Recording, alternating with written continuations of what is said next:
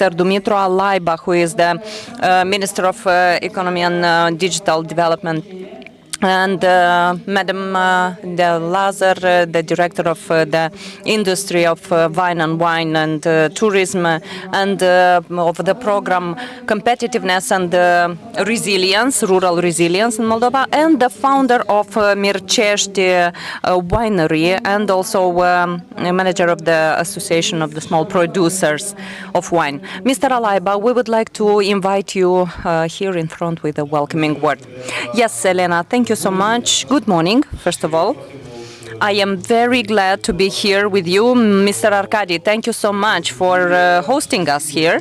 And of course, a big gratitude to our partners, the European Union, USAID, United Nations, and others that are contributing to the development of our communities. Because what we want to do is to develop economically our country and to bring this economic development also outside the borders of Moldova. So we want to be known in the region and to develop communities, local communities, to attract investments in different regions, and to offer a chance for a small income to people at home.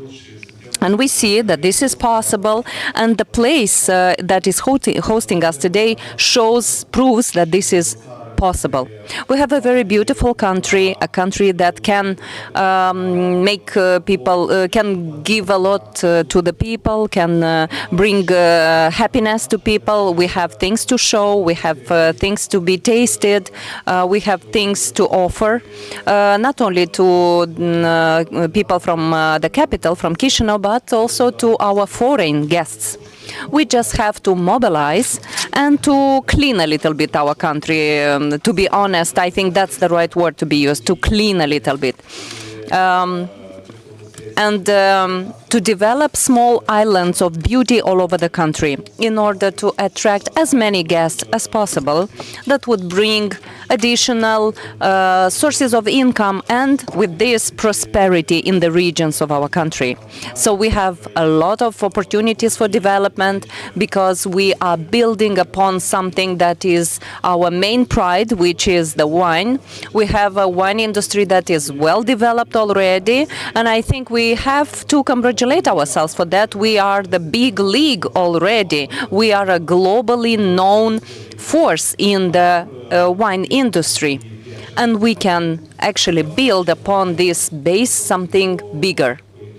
We can build a touristic industry, we can build also, why not, technologies and trade, export, investments, and this is what can be offered in this context. And there is a lot of space for this, because hundreds of wineries that we have also these kind of facilities, but it would be great for them to have also a small restaurant, a small hotel, in order to offer not just a bottle of wine, but a full experience to the guests. Something that would be a good memory for people. So we are trying to do this all together, and today it's about conversations on this subject. And we want, as I said, to develop this field and our country. Thank you so much. Thank you very much, Mr. Deputy Prime Minister. I would like to offer a word of welcome for Mr. Alexandru Pelivan. Mr. Pelivan, the floor is yours. Mr. Minister, dear colleagues, dear guests, most welcome guests, I am very glad to be here today in Ungheni region, Ungheni district, because it's kind of a key region for the Republic of Moldova, and we invested more than 10 million euro in the last few years in this region, and we started by identifying competitive advantages. And you know what are the advantages of this region? Of course, tourism, first of all, and wine industry. That is why today's event is connecting us and contributes once again to the development of these two industries in this specific region, but also in the rest of the country, because we are present also in Cahul, And I want to say that thanks to UNDP Moldova, together with other partners like Great Britain, European Union, Sweden, Switzerland, Japan, contribute to the development of the tourism industry and the industry of the wine in the Republic of Moldova. We speak about more than 500 jobs created, job opportunities. We speak about the infrastructure that was improved. For example, the access road to Beleu Lake, it was rebuilt thanks to the investments of European Union, and this is how now the tourists can admire the beauty of that region of the Republic of Moldova. And the investments that we are making in the businesses that have generated those jobs, but also made it possible for the improvement of the infrastructure, it's also the benefit. And the effort should be continued. Mr. Minister, dear colleagues from different programs, I'm glad that we all understand that. And what is important also is to coordinate our efforts. Maybe we don't have a big country, but those hundreds of improvements that were made, the jobs, infrastructures improved, show us that when we come together, we can make great things. And I'm grateful to the institutions that are involved. And I'm speaking also about the clusters that were created, intelligent economic specialization of some fields. And here in Ungheni, we are very happy that we managed also to create this touristic cluster. So we hope with small steps and joint efforts to develop this collaboration that was established between the businesses and the public sector, and also the research institutions that are also very important players in the process. Hopefully, by the end of the day, the whole country develops. I really hope today we are going to have productive discussions and together find better solutions to develop better these two industries that are so relevant for the Republic of Moldova. Thank you so much for everyone that came today. I see that there are so many people that we don't have enough chairs, but this shows the high level of interest and the importance of this field. So thank you very much for being interested in these two industries that can contribute to the sustainable development of the Republic of Moldova. Thank you so much. Thank you, Mr. Pelivan. With you, we are going to continue the discussion within panel number 3 today. This was the introduction. This is still the introduction part, but I invite you to launch the first discussion panel, Innovative Strategies for the Development of Routes. And we are going to have speakers Iulian Bercu, President of REAM Moldova, Elena Fidorenko, a touristic guide from the scientific reservation Plaiul Fagului, and Mr. Dionisie Ternovski, the president of Ungheni district. And Natalia Țurcanu is going to be the moderator, who is responsible for the marketing department from Competitiveness and Rural Resilience USAID project in Moldova. So I invite you all here in front.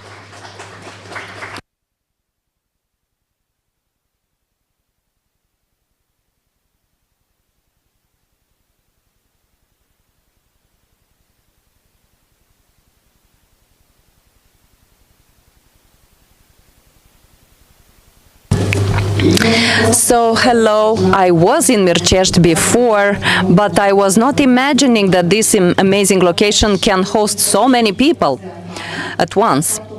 We are happy that the weather is nice today. And we are happy also that these kind of events are happening also in the regions and not only in the capital. And as it was mentioned in the welcoming word, we really have things to be proud of, and we should not be afraid about to speak loudly about the good things that exist in Moldova. And definitely now we reached a time when other countries can learn from Moldova in the field of wine and vine, but also tourism. We are a small country, nevertheless, we managed to develop this field in our country, and some of the disadvantages to be transformed into advantages for our country. And a few years ago, when we just started to speak about Moldova as a touristic destination, we said that Moldova is kind of a hidden gem in Europe.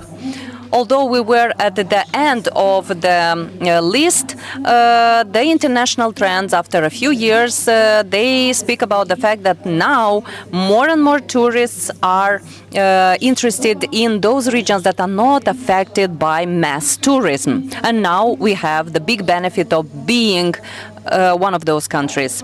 So the benefit is on our side now, and we have to be aware that we are a sustainable touristic destination also because we aligned recently to the sustainability criteria and commitments in the field of tourism. So in line with the European standards, and we are trying to adapt to the sustainability criteria of the International Council of Tourism and Sustainable Goals. And Moldova, being a member, had to take concrete steps in that direction. And the purpose, of course, is to bring businesses as close as possible to understanding the criteria, because this is going to be to generate more incoming tourists. And the sustainability criteria, actually, at the beginning, we started to cover them without even being very conscious about what they meant. Rural tourism is something that is naturally developing in the Republic of Moldova. And what we need is to learn to capitalize and to develop this field in the same direction of sustainability. Coming back to the subject of our panel, innovative strategies for the development of the touristic roads through different models of partnerships and how to monetize this. So the touristic roads actually are a touristic product that we started to develop more in the last years. And we, as development partners and other colleagues in the field, and also the NGOs and the public sector and the private sector, we started to observe trends in the post-pandemic era. And we see that now more and more people are interested to visit some regions, not only the center, the capital of the country, but also regions. And in the regions, of course, people are interested to discover the local things. And these routes, they aim to interconnect all the stakeholders, be it small businesses, associative field, and so on and so forth. I want to give now the floor to Mr. Iulian Bercu, and because together with him we are at the final stage of launching a new touristic road in this region. Of course, the event was a little bit delayed because of the heavy rains, but we are going to do this next week. It's going to be an adventure touristic road combining cultural, wine component and gastronomic component, and the idea is to connect these products to the regional field, to the region of with Romania, to attract foreign tourists to the Republic of Moldova. But I'll leave the floor for Iulian to speak more in details about it. Good morning, everyone. I welcome you, and I want to thank the organizers, because for the first time in the last 8 years since we started promoting the adventure tourism, we actually managed to raise it to this very high level. Of course, it's not the reason behind it is not only the fact that after 2 glasses of wine you want to have adventures, but also because our country is perfect for some hiking and bicycle lovers. The adventure tourism seems to be a field that is not very serious. It is usually associated with extreme sports or some crazy people that walk through the mountains. But nevertheless, at the level of the European Union, we have 60 million people interested in this field, and in Romania up to 2 million, and in Moldova up to 100,000 people. And these are figures representing the flow of tourists that prefer the adventure tourism. Hiking, other sports, bicycling, and so on and so forth. And the amount, if we speak in money, is more than $6 billion for this field. Here we can speak about hiking, trekking, and thanks to the agency promoting the tourism, we established 20 touristic roads. 200 kilometers in the south are designed for bicycle lovers, and now we are trying to develop also the mountain cyclism and kayaking. Speleology, and when we speak about alpinism, we have 5 tracks on international standards already, although we don't have mountains, but we have hills, also paragliding and other adventures. Another road is the one from Bakhmut and Skuleni, which unites with the European path, and we included here 3 major objectives. First, to create a touristic road which would be integrated with the European Union network. Also, to have a universal road that offers to the people the possibility also to experience gastronomic experience, wine tasting experience, but also cultural experience, in order for each tourist to identify what is proper for his interest. Next week we are going to launch this road. As my colleague said, it is 80 kilometers. It was tested many times. It has a few major attractions like the reservation Plaiul Fagului, which is going to be on the kind of a first row because it's a unique site. And it's an extraordinary, beautiful area, mainly interesting for the adventure lovers. Also, it has accommodation. Another attraction on this road is Ungheni city, and then Skuleni. The road contains accommodation, as I said, and wineries. 10-20 kilometers the distance between them. And a tourist can do this hiking or using a bicycle. Advantages, of course, in terms of competitiveness, is the diversity of the content.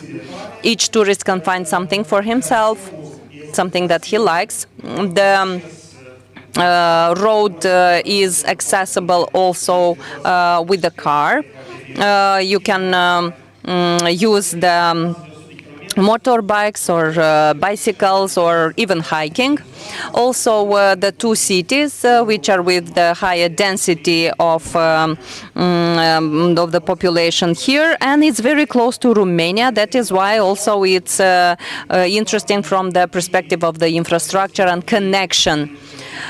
And of course, it is possible to have a very decent accommodation. If to speak about the complexity in our virtual map, we split it into 2 3 kilometers segments with the possibility to have accommodation, food, wine.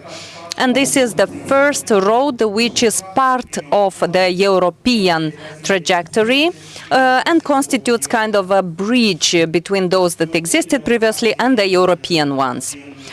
Here you can see some of the photos from the area. Okay, speaking about the creation of the identity, the road has a few points that make it special. Yes, we have the reservation, we have the Eiffel Bridge. But also we want to focus our efforts in order to unify all of these roads to have the same marking, because in the Republic of Moldova there are situations when the marking is different and the tourists can get a little bit confused. So we have to unify it. So we are still working on that. Here you can see some elements of the identity of the roads. So we have some museums, outside museums, under the sky, or inside museums. You can also use that some of the rooms of the museums as accommodation, to sleep in a rustic room, for example. Marketing techniques. Yes, the most important way to promote the area is the events in the area. And of course, if you create a spot where everyone wants to come and make some Instagrammable photos, that is something that works well. But the best is to offer to people wine and good food. That is the main attraction. We see Old Orhei, that is very well known already, and it is the most famous area, and Fetești area in the north of the country that we are trying to promote for the last 3 years.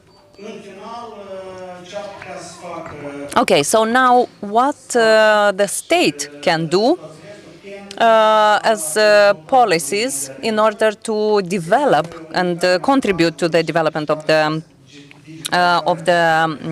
trajectories. Of course, digitalization is very important. Our colleagues from the National Agency of Tourism, they introduced on the platform Moldova Travel the geolocations, and of course it would be great to combine it with other maps, also reaching Canada and other areas. And of course, for those people, it would be great to be able to book some things, accessing them online. Also, of course, monitoring the trajectories, the roads. In 70% of the cases, we have unfortunately problems also with the fact that some people are vandalizing some of the things that are included in these paths, on these roads. And of course it's our responsibility, our country's responsibility. It's not anymore the donor's responsibility to keep it safe. That is why we have to think about methodology. And also as I said, we created already Mircești-Sculeni path, this infrastructure, and it's kind of we created the main bone, and now we have to develop the alternative roads that would be connected to this main road. And yes, of course, many people know already about Mircești, but many other locations are not so well known, and they are not well equipped with, for example, a toilet or a bath or a place where you can stay. So, of course, we have to continue to discuss about hiking, camping, and other opportunities in the area. I'm at my last 2 slides. This is the All Trails map that I wanted to show it to you. Here the Republic of Moldova already has 2 of them included, and in Romania they have already 17,000 of roads marked, and they are uploaded on this database, this platform. Another example of aggregator of adventure tourism is this one. You choose a field, then you can choose also complexity. So it's just an example. Thank you very much for listening to me, and my last request to you is travel and make sports. Thank you very much. I think questions will follow. There are definitely a lot of discussions that can be generated after this presentation, but I think we have to offer now the word to our next speaker, Elena Fidorenko. And because in your presentation, you spoke about Plaiul-Fagului region, it's a model reservation, I would call it, for other reservations that are protected by the state in the Republic of Moldova. And Elena, I want to address to you, I had a previous experience with the reservation Plaiul-Fagului, and they are great in developing the roads, the touristic infrastructure, but I know that Elena is actually going to tell you more about this. We are now trying to put the presentation on the screen, and meantime, I'm not going to speak on behalf of Elena. She's going to make the presentation, and if there is a question from the room, please raise your hand and stand up and ask. Hopefully he speaks in the microphone, otherwise we cannot hear the guy. Okay, thanks. Yeah. My name is Eugen Kansky. I represent the business class newspaper. I wanted to ask you, what can we do about the adventure in order to attract tourists from the premium category for the adventure tourism? People that are usually searching for their, creating their trajectory and planning their vacations on Booking. You know, adventure tourist is a variety, is encompassing a variety of people. You know, if you speak to the people that like bicycles, they can tell you about 20 types of bicycles and for what are they used. What can we do for those that are premium class is to create events, I believe, to attract those people. We have approximately 200 events per year that can host up to 10,000 people, which to the biggest event, like for example Chisinau Marathon. And I believe that the thematic events are the ones that attract most of the people.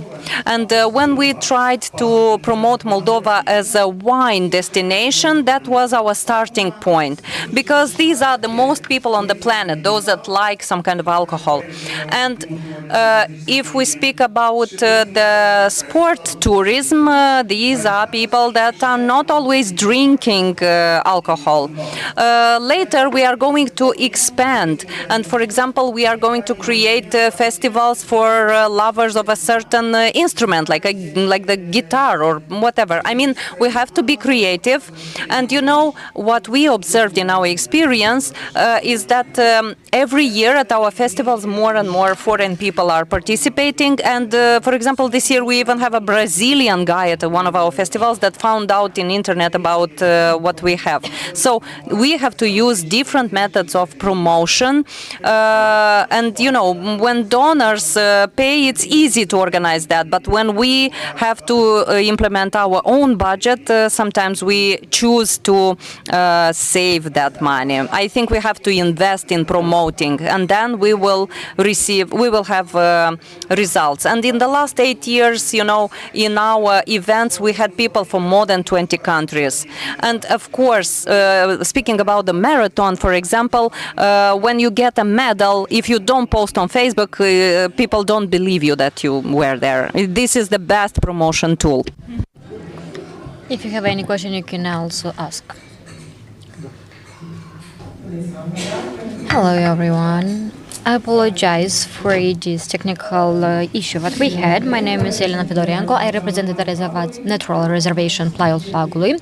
Also, I am tourist guide. Our reservation was created in 1992 with regeneration, also and studied the most important ecosystem forest that we have it. Our reservation tourists have more than 5,201 hectares. We are located into Cornești, Ungheni, Sporin, Călăraș. The main activities that our reservation have is the big field. Here, as you can see on the screen, we had represented is our main portion that we are having, because if we're gonna back to our Playa Fagului, we are so proud of this reservation, and we are working with brown wood, but that one should have a high altitude level.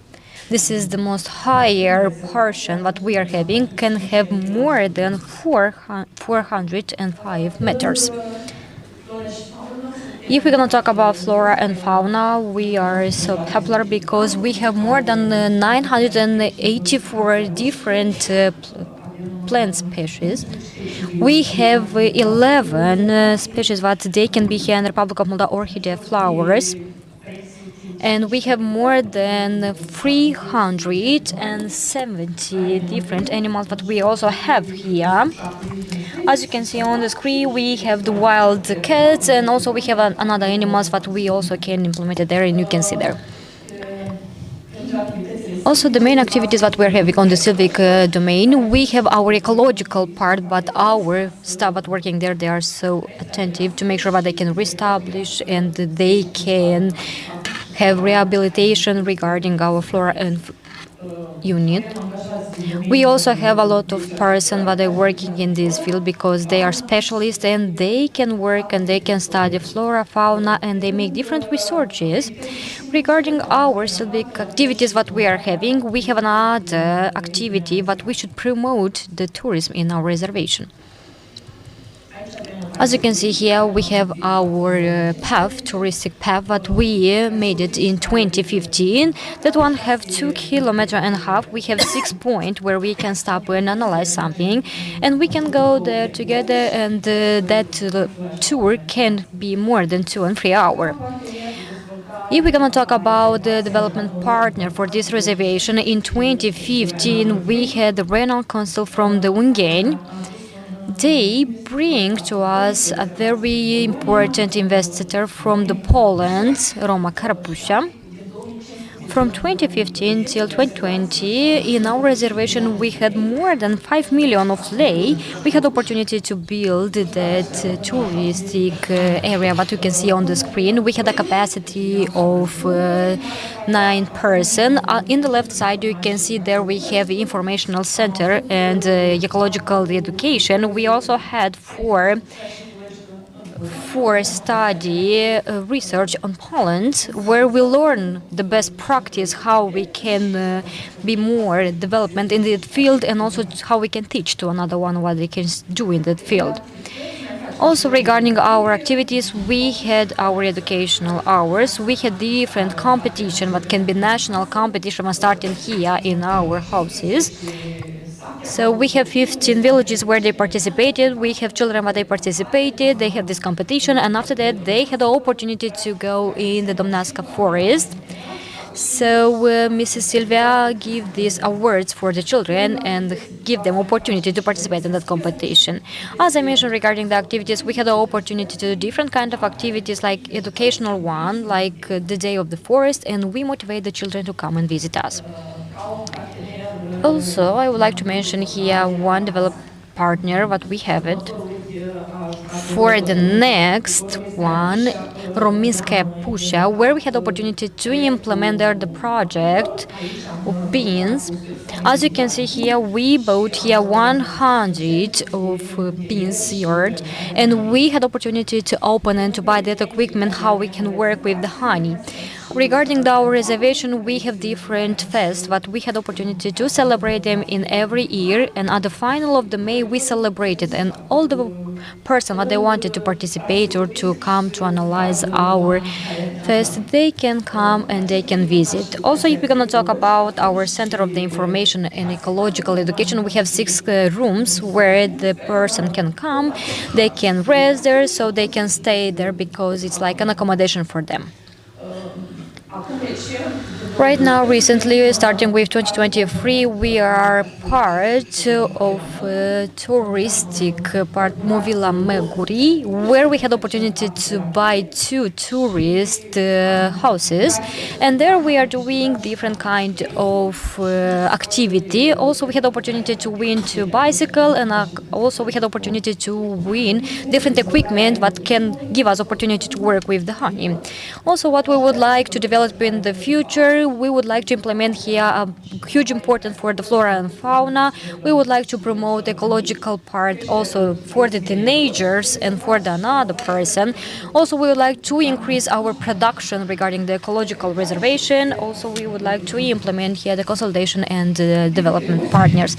I apologize for this because I have a little bit emotion. Thank you so much. Thank you so much, Elena, for this presentation. Here we have water if you would like to drink a little bit. We can understand that you have any emotion.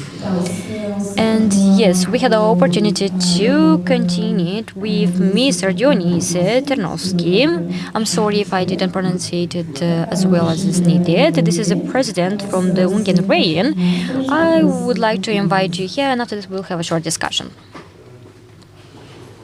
I also have a presentation if it's possible to connect. If not, I will talk without presentation.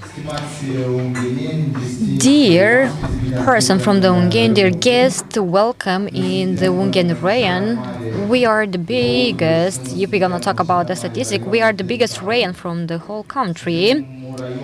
We are the rain, but we have a huge perspective because we lose not at all a lot of the population. So we are the train that we invite the person to live here, to stay here, because also we are near the border with the European Union, and that gives us a lot of hopefulness. And we had opportunity to create a lot of activities and important things. Now, if you're gonna talk about the opportunities, tourist opportunities, I would like to tell you that in the Hungarian we had a huge potential when we're going to talk about the tourism. And if we're going to talk at the level of the country, could you please tell me what do you think? What will be the most important attraction at the level of the country? I think this is hospitality. Because each of you, if we're gonna talk about it, if you go abroad, you saw different country, you saw how it's the condition in another country, how they can welcome us, and of course we know how we can welcome the guests in our country and what is our situation. So here we have a point where we should pay attention because we cannot reconstructions, for example, Italy in our country. We cannot bring the mountains from the Australia here or something like this. We had something different here, but we should pay attention on this. And if you notice, the people, every time when you're telling them, so you have the most taste wine from the world, because this is our responsibility, this is our task.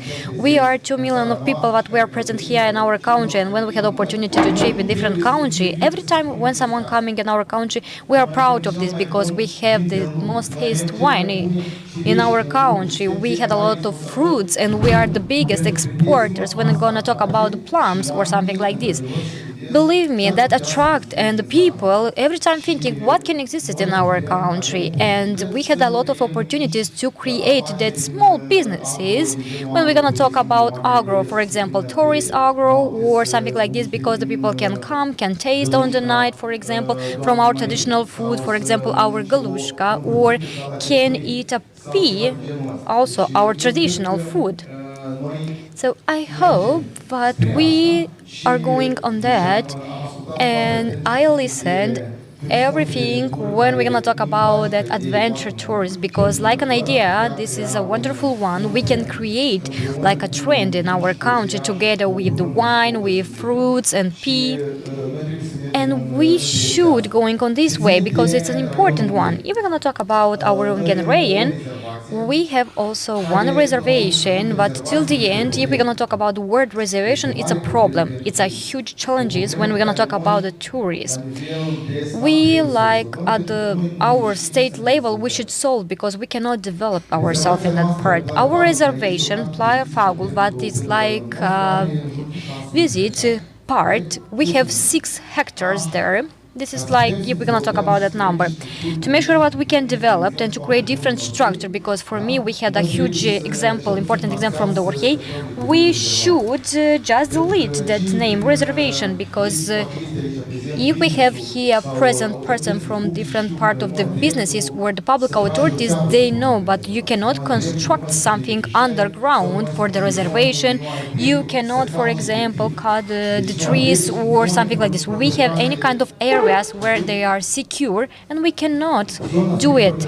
So that is area, but it's protected, and we cannot go there. Now we talked with specialists from the Romania because we had good collaboration with the Romania, close collaboration I would like to mention, and they mentioned that we should develop that management organization. I guess everyone heard about it because into Romania right now is developed a lot, and I would like to bring that experience in our country. We know, but we had any kind of discussion here, and I know that Poland can help us in this field, and they believe that we can do it.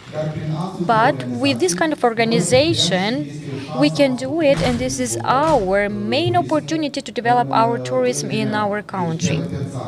If we're gonna talk about the country level. So here is the main point, because if we wanted to help business, we should create also a framework, but also should be more efficient. And I hope everyone will hear me about this, because we just discussed about the main idea, but everything stopped, and I don't know why. Please, if you wanted to add something, you have the floor. What I would like to say here, yes, of course, you was heard because we are on the same topic. We are talking about that MOD, and if I'm not wrong, was approved in our law 332. This is the law for the tourism. There was implemented a new point on that law, and I would like to mention that the things are moving, and we also have this idea because when we mentioned about the classical tourism, we mentioned that the new model is that, and I mentioned that we should put that one because that level of the coordination is not a limit. So the limit maybe it's more higher, but we do not have that limit. We're talking about the adult limit because when we would like to implement some development step in our country, we have different model, for example, different experience from the Georgia, from the Romania, from the Poland and so on, but we should create our own model and we can continue discussion in the future. So I would like just to say that you was heard, and I would like to mention this. Thank you so much about this, because we should go and to move in that way with big steps. This was the reason what I would like to mention about this. Right now, if we're gonna talk about the Playa Faguru, if we're gonna talk about the Brain Concili, we have a camp for the children there. But also, if we're talking about that reservation, but it's a little bit unclear. First of all, we have the reservation. After that, we have that camp. So here we have different discussion, and we do not have opportunity to attract any investment here. And for us, it's quite complicated to attract different children from all the world, because if we're gonna talk about that gaps that we're having, and also if we're gonna talk about the Ministry of Environment, they can bring a huge part for them. And now we have different ministry, and when we're gonna talk about the Ministry of Environment becomes something, but they are the own parts, and like it's a god. And here it's a problem, because we're talking about the problem. The problem is that when we're thinking how we can solve this or how we can protect a tree or something like this, but unfortunately for another trees that they are very important and can be protected in another way, we do not bring opportunity to develop another businesses or another opportunities. So this is the reason why it is important to have more actors in this way and to make sure, because we can do this and we should ask what we would like to develop, where we would like to go, and of course we should take into consideration how efficiency should be, because we had a lot of resources, but unfortunately if we're going to talk about different kind of things what was created 30 years ago, we cannot develop. We are blocked and stopped, and this is the reason why I would like to have this dialogue with you. Of course, the Hungarian, if we're going to talk about the Playa Faguri, they also can offer another opportunities. This is touristic activities, so if we're going to talk about winery or something like this. And why not economical tourism? Because we have our main area of economical way where we can implement this, and we had a lot of persons from another country that they would like to understand how it's created, what kind of mechanism had we here, because we have different opportunity of the businesses. A lot of them can see that one like an opportunity way or path, and we have that area, as we mentioned for you, we created 20 years ago, and right now can benefit, for example, plus 10 years from the legal point of view in our country. So from this way, Ungen can, and I would like to mention, yes, we do not have that beautiful floor from the Soroka or from the Orheul Way, but we have something unique. We have that municipality that we had opportunity from the program EU for Moldova. Is a very important program for us, and it's a successful one, but everyone from the country had opportunity to benefit of that, because EU for Moldova key point Ungen Cahul, because there was invest a lot of resources in Ungen and Cahul. We had opportunity to attract and invest in the center of the city. For example, if you want to name downtown or how you want to name. So we had a lot of tourists that they coming and they would like to see that center that we had, and also they would like to see that center that we renovated from the European money. We have a hotel also there developed, but we have their history, important history, because we mentioned that hotel was constructed by Gustav Eiffel, and everyone who participated was like a collaboration between Romania and Republic of Moldova. And right now we would like to build that bridge that will be for the Republic of Moldova and for the European Union. And we are hoping that we can do this.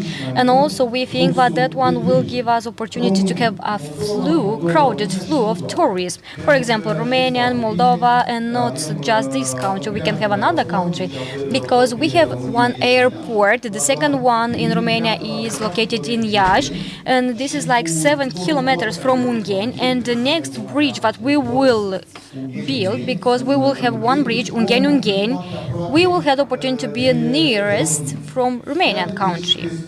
So if we're gonna talk about this shortly, I can tell you a lot of opportunities that we have there.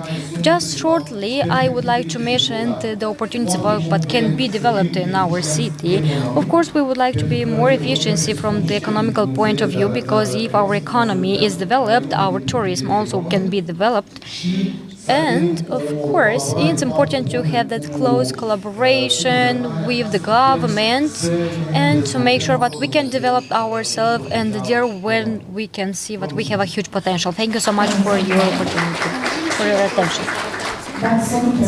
Thank you so much. If we have any kind of question from the rooms, please. Mr. Arkady, you have the floor. You can come here. Hello everyone, Mr. President. Renal Council is more administrative, and also we know that you carrying out about the state, but I would like to ask you the relationship with the private environment and what is the main object from the council side, for example, with the topic what we discussed today, tourism. Thank you so much for this question. It's a very important question. I consider, or I think, But in my mandate, I had that goal to make sure that I can be unique in the Ungern city and also for the private environment. And as you know, we have our popular route, but you would like to put into consideration because Mr. Forshnia is the successful entrepreneur and had opportunity to think a lot because when we drink a glass of wine, we can have any kind of adventure. We would like to create something unique, and we would like to have that under tracking. Is the right name? Yes, yes, can be okay. What is the main problem of this road? Because we should cut some trees there, and here is the main responsibility and my task that I should facilitate that point and that task. Because we cannot just tell you that we are not doing our task or something like this, but the logical point of view when we're going to talk about a hometown is that we should create a lot of opportunities when we're going to talk about the businesses opportunity. We're going to talk about taxes, we're going to talk about money that had opportunity to develop another structure. And now on 27 September we had the opportunity to create one regional forum that is named Brothers. We would like to create that bridge from the private environment from the Romania and private environment from the Republic of Moldova, and you are invited to come and to see our new collaboration and our new opportunities. This is what I would like to mention here, and I think that the main responsibility from the local public administration is just to be openly for the population and to help there where the private environment cannot do their task. I like a lot that part when men had opportunity to express and to mention that they had opportunity to attract one investigation 1 million in one economical area, and they mentioned that one is regarding to produce the route for the cars. And they mentioned, you are coming here in Oradea. You should come with the right documentation and all good documentation what is needed. All the logistical part, I will do it by myself. I like a lot of these things because in the moment when you have a problem and if you think that problem can be a bureaucratical one and you cannot solve by yourself, I will help you with this because I like this opportunity. Just in this case, you had opportunity to develop yourself. We also can develop ourselves and we can help each other. Thank you so much for this. Thank you so much. I hope that here we had the opportunity to talk a lot of sensitive topics because in your presentation you mentioned about the reservation part, that like the word reservation is a problem because we should protect, and here we have a lot of challenges and gaps. And also I noticed that in your reservation you can implement a different project. Also in the field of tourism, of course, we would like to have more openly side for the ecotourism and for our local tourism, and of course foreign one. We would like to implement that educational part that existing, and we should develop that one. But if we're gonna talk about whole package of all elements that you have it here in Ungern, if we're gonna tell we should package in one way that should be presented and developed for the international way, and to make sure that we can construct something unique. I would like to ask you how you can see the collaboration in this way, because yes, we can see openly from the environment from Ungern. Also, we are so glad, we are so positive because we can see that vision from your side, that you represented all the authorities, public authorities, and local and central one. You are that one, but you mentioned you are ready to be open for everything and you would like to support each initiation that's coming from the private environment. And from another side, if we're going to talk about that protecting area that can bring a lot of benefits if that one will be interconnected or connected through the offers coming from the private environment, I would like just to ask you how you can see that interconnection with them, where we should find that solution, for example, 2 or 3 solutions for all the problems that you mentioned. How you can see the solving of the problem, because when we're representing one project where is a lot of investments in the tourism field, and if we're gonna talk about the winery part and agriculture also, we are that person. So, as you can see, that path what you mentioned, Mirceș Sculen, what Julian mentioned in his presentation, that one also can be elements that can attract different potential of investment and also can motivate another person to create something like this from the private environment I'm talking and to open something new businesses in that field. Could you please share with us 2 or 3 solutions where we should start, because we are coming from the nature side and we had that project in the key region. You, for example, had your reservation, you are at the same table and we discussed, we created a dialogue, but we should have. So let's say we have that dialogue with working group. Could you please tell us, what do you think, what will be the next step to solve that problem and to make sure that touristic products from the Hungarian region can be developed and also can be nearest to the European market for the foreign tourists? It's very easy. Thank you so much for this question. Regarding the word reservation, this is a gap, as I mentioned, for everyone and for everything. Like I mentioned, we cannot cut some kind of trees or something like this. We cannot do it something illegal. We just should name the word reservation, or eventually from 6 hectares, we should just take into consideration that hectares that we are having, because now I'm afraid to say about this, because we should maybe to create a park for, so we should create just a park for agro or something like this where the business can invest. Yes, if we're gonna build that route or something like this, I don't know, because you do not have access to the reservation. But for the whole reservation, you cannot come into a reservation. We have 6,000 hectares of forest, but they are so beautiful. You are going to the one gate and you understand that that gate is blocked. You should call and you should ask kindly to make sure that you can enter to the reservation. And the question is, we have that 6,000 of hectares, and of course I took care of my children, but also I took care of the generation that we are having. And I'm not talking about we should destroy something like this, we should create new opportunities. It's just enough to offer that space in the reservation side to make sure that that side can be different. So let's say that will be the free area. You should name whatever you want. We should have that free area where we can build something, where we can talk about the ecological education, where the people can come and without any kind of problem they can just have a walk or something like this. Of course, they should respect any kind of rules.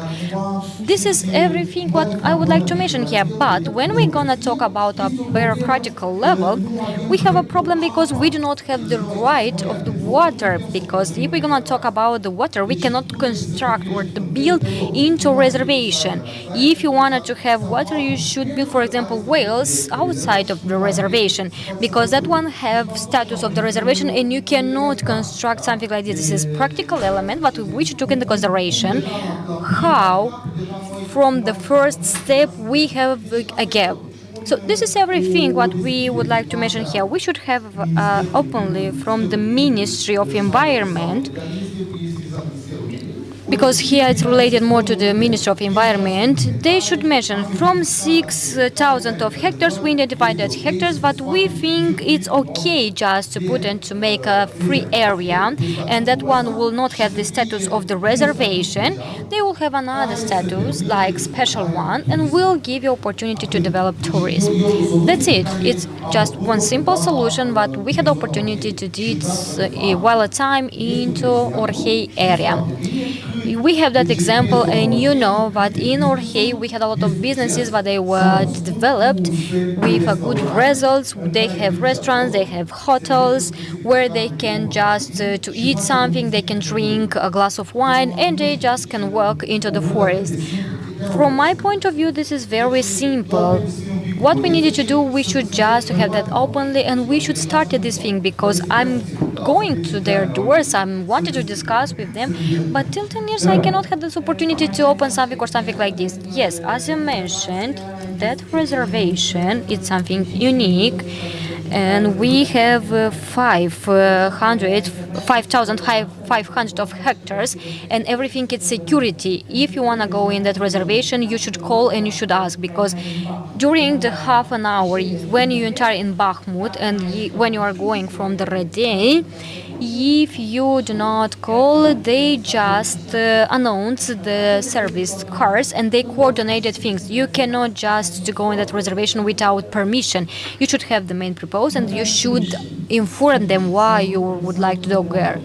If we're gonna talk about the foreign tourists, if they're calling to you because they wanted to come with one group of tourists, what they're doing? As you saw, I had their short information in the bag. You also have the number phone where you should call. We just can call them. We will choose a date. We can make where we can schedule that one, and also with the agency of the tourists, we can do it this when we just calling and we can order a reservation, because daily we're openly to go there and to see the reservation.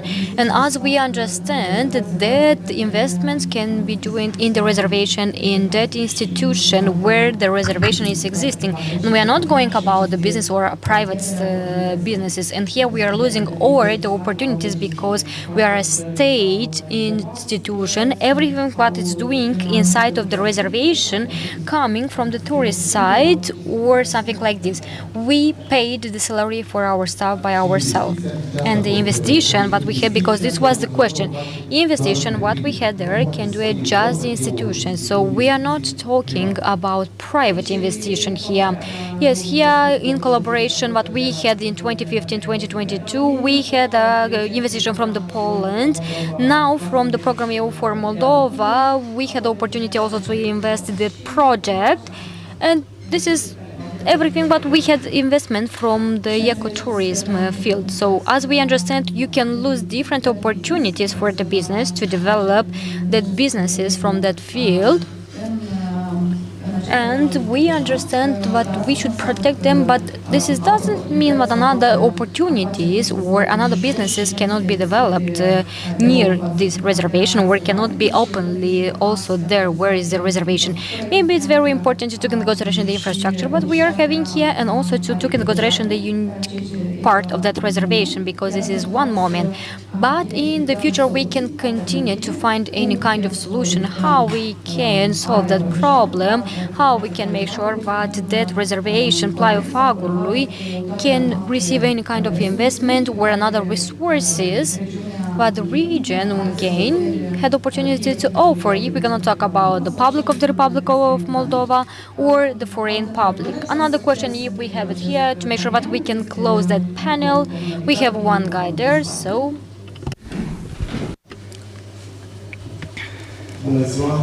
good afternoon. My name is Viorel Prisakar. I am the manager of the cluster Dealurile Măguri's name.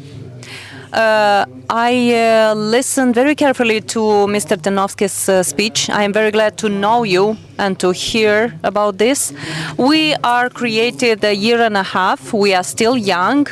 In Romania, they consider themselves young at 15 years of experience. We are at the very beginning. So, speaking about us, we came to the conclusion that in order to present a better and a more competitive offer, we need to diversify our offer, because the tourist, if he comes for a few days in a place, he doesn't want to have the same experience every day. So that is our basic focus in this cluster. We are now 15 members, and Crama Mircești is part of this entity. Also the Poemul Plopilor from Coropca, Dealul Vila Măgura place, and Madam Iraida, that is collecting medical plants, is another part of this Villa d'Or pension BNB, and the State University is our scientific partner. We have two NGOs also as partners, and we have also a few new members that are also working with us, and there are a lot of individuals in the area that understood the lesson that in a team you can make much better things. We already decided that we have to be on the European Union platform for tourists. That is why we decided to apply. Hopefully in October we obtain the membership, and this is how we with the team wanted to contribute to the development of our region, to progress in this field, to become more attractive for tourists, and to attract also investments. Of course, why not become more profitable, become more interesting for the visitors? And that is why we want to collaborate with you. We are open. So my request to you is let's cooperate, because we have a lot of ideas, and the idea actually for the creation of these clusters came from bottom up. And in this short time, in the tourism, we have discovered and we have created a very interesting premises for the tourists. So we have already some lesson learned, we have some results already, and we can share them. I think we have to collaborate more. So my request to you is let's collaborate. Yes, but how can I personally help you? That's the question. Let's meet and discuss. At least let's start by that. We have already elaborated for a period of 5 years the strategy. We have a legal entity registered. I mean, yes, it's my pleasure. Absolutely, of course, we can meet.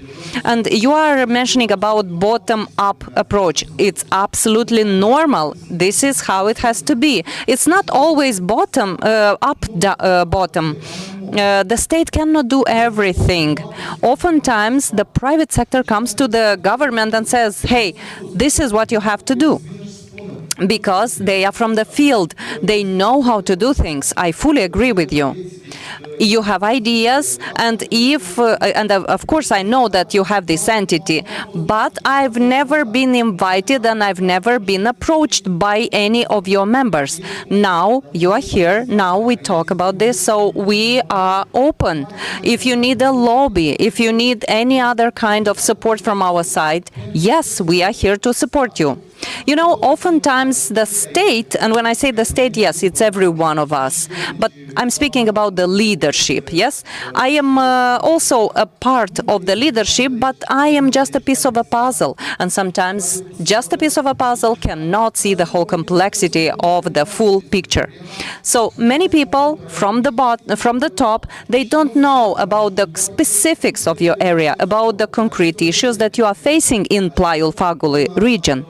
And it's the same thing with the region Movila-Meguri. I imagine that they have issues with access roads and so on and so forth, but the initiative should come from them to us, and then we will take actions. Mr. Stein, I am actually ashamed to tell you that we were thinking of approaching you since January, but we didn't. We actually wrote a few letters by mail to you, but we never received a reply. It's enough to call us. It's enough to call us. Trust me, I'm not a bureaucratic person. If you call me, I'll answer. You know, it's so great that we have these events that create bridges between the public central authorities and the private sector and civil initiatives. Civic initiative. So we are at the final phase of our panel. I want to thank every single speaker, and I think we can lead these discussions for the whole day. And definitely we have great examples from bottom up. In Romania, the approach was from up down, and they had a few issues. That is why I think we should learn from their lessons and not take over just an example just because we believe it's feasible. Let's also analyze what happened in Georgia, because they also have an experience to share with us in this field. So yes, as I said, there are a lot of subjects to be discussed, and I hope we won't limit ourselves to some small meetings, but let's have a continuity, a collaboration, also bringing to the roundtable discussion the donors and the partners. On the 24th of September, by the way, we are launching the marked touristic road. So we invite you already today to come on the 24th to test. I mean, we don't invite you to make the 80 kilometers of hiking, but just come to the opening of the event, find out more details. And of course, it's quite complicated to walk the whole trajectory at once, but at least you will find out about the opportunities and the diverse offers, touristic offers in the region. And people that come to Ungheni, they will not anymore be invited just to taste the wine or to eat in the restaurant or get the accommodation in Crama Mircești. They will know about other opportunities in this area. I know that on the 28th you have another event in Ungheni. Yes, by the way, dear people, on 28th of September we have an event in Ungheni, and we called it Ungheni Fest. So what we did, we made a public consultancy, and we asked people how to call this event, which purpose is to promote our traditions from the region, the harvest period, and the wine. 26 mayoralities will be present, so representatives of local public authorities from different local villages, and they will present their products, their services, and we asked each of them to promote their own gastronomic specifics, their own wines with adapted prices, in order for the people just to try some of the goods and get to know them. So this related to the traditions. Besides that, of course, we are going to organize a big concert, and more than 20 wineries will be present at this fest that are going to promote their products and sell and get out of the anonymousness. Also, in that period, we are going to invite more than 20 representatives of the local public authorities from Romania, and they have been invited. They already confirmed their participation. Maybe we create bilateral projects. Maybe we create new projects of brotherhood. You know that we already have examples of brotherhoods between Romanian and Moldovan cities, and it brought a lot of added value to us and also to Romanian counterparts. So we created this with Maramureș, for example, and a sports infrastructure project was created. Of course, Romania has an experience of more than 10 years. For example, Cluj-Napoca region that invests annually very important amounts of money to develop the touristic field in their city, and we want to learn from them, and we want to do the same in Ungheni, some of the localities. So on the 27th, we are going to sign some memorandums in that sense, and on the 28th, we invite you, starting with 10 o'clock in the morning, in the Independence Square in Ungheni. Please be our guests, come, and you will see the beauty of it, and the beauty of the square, which was, by the way, renovated with the help of European Union funds. So put this date in the calendar. And you also invite foreign tourists, I imagine. Yes, absolutely. Yes, that's the idea behind this, to connect different initiatives, be it Ungheni or a touristic small road or an event, educational event for children in Plaiul Fagului. All of these things must be communicated, people must know about them, and we have to pack them in a way to become attractive also for foreign tourists. You wanted also, Eugen, to say something? I wanted to say that to the authorities, but also to the representatives of the reservation, when you promote the touristic destination, we cannot take half of measures. It cannot sound like, yes, you can come here, but you cannot do that and that. Meaning that the more tourists are coming, the more they want to have good services. And, it's one thing when you have one bicycle lover in the area, and it's a totally different situation when you have 10,000 people coming for an event of such kind. So, from the experience of Old Orhei, you definitely have to create a payment system for the entrance in the reservation. Old Orhei was always a free area, free access area, but then they understood that they have to invest some money in for the entrance in order to have the money for the maintenance. And also you have to definitely think about waste management in the area, because otherwise it's going to be full of garbage, you know that. People usually think that in tourism everything is as beautiful as it looks on the slides in a PowerPoint presentation, but when it comes to the reality, there are a lot of challenges. Yes, and now we have this principle of leave no trace, and we have to also think about the things that would create sustainability and cleanness. And of course, having those garbage bins at least all over the place is one of the main things to think about. And we discussed with experts from U.S. forests, from United States, 9 years ago, and we were saying we don't have infrastructure, we don't have garbage, and they told us, why do you need garbage bins everywhere? You just have to apply the policy of no trace tourism, because they did this in Croatia, in Slovenia.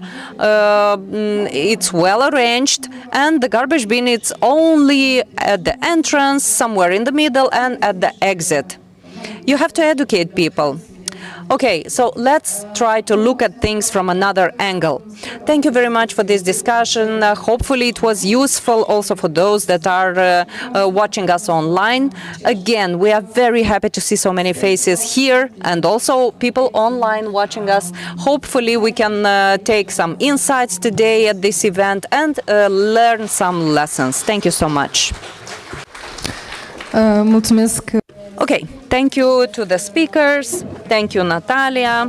Natalia mentioned at some point that today's event is creating bridges of connection. I really hope that these bridges will have a continuity, will generate sustainable partnerships with great results. Now, I want to invite you to enjoy a very short half-an-hour coffee break, and then we are going to switch to panel number 2.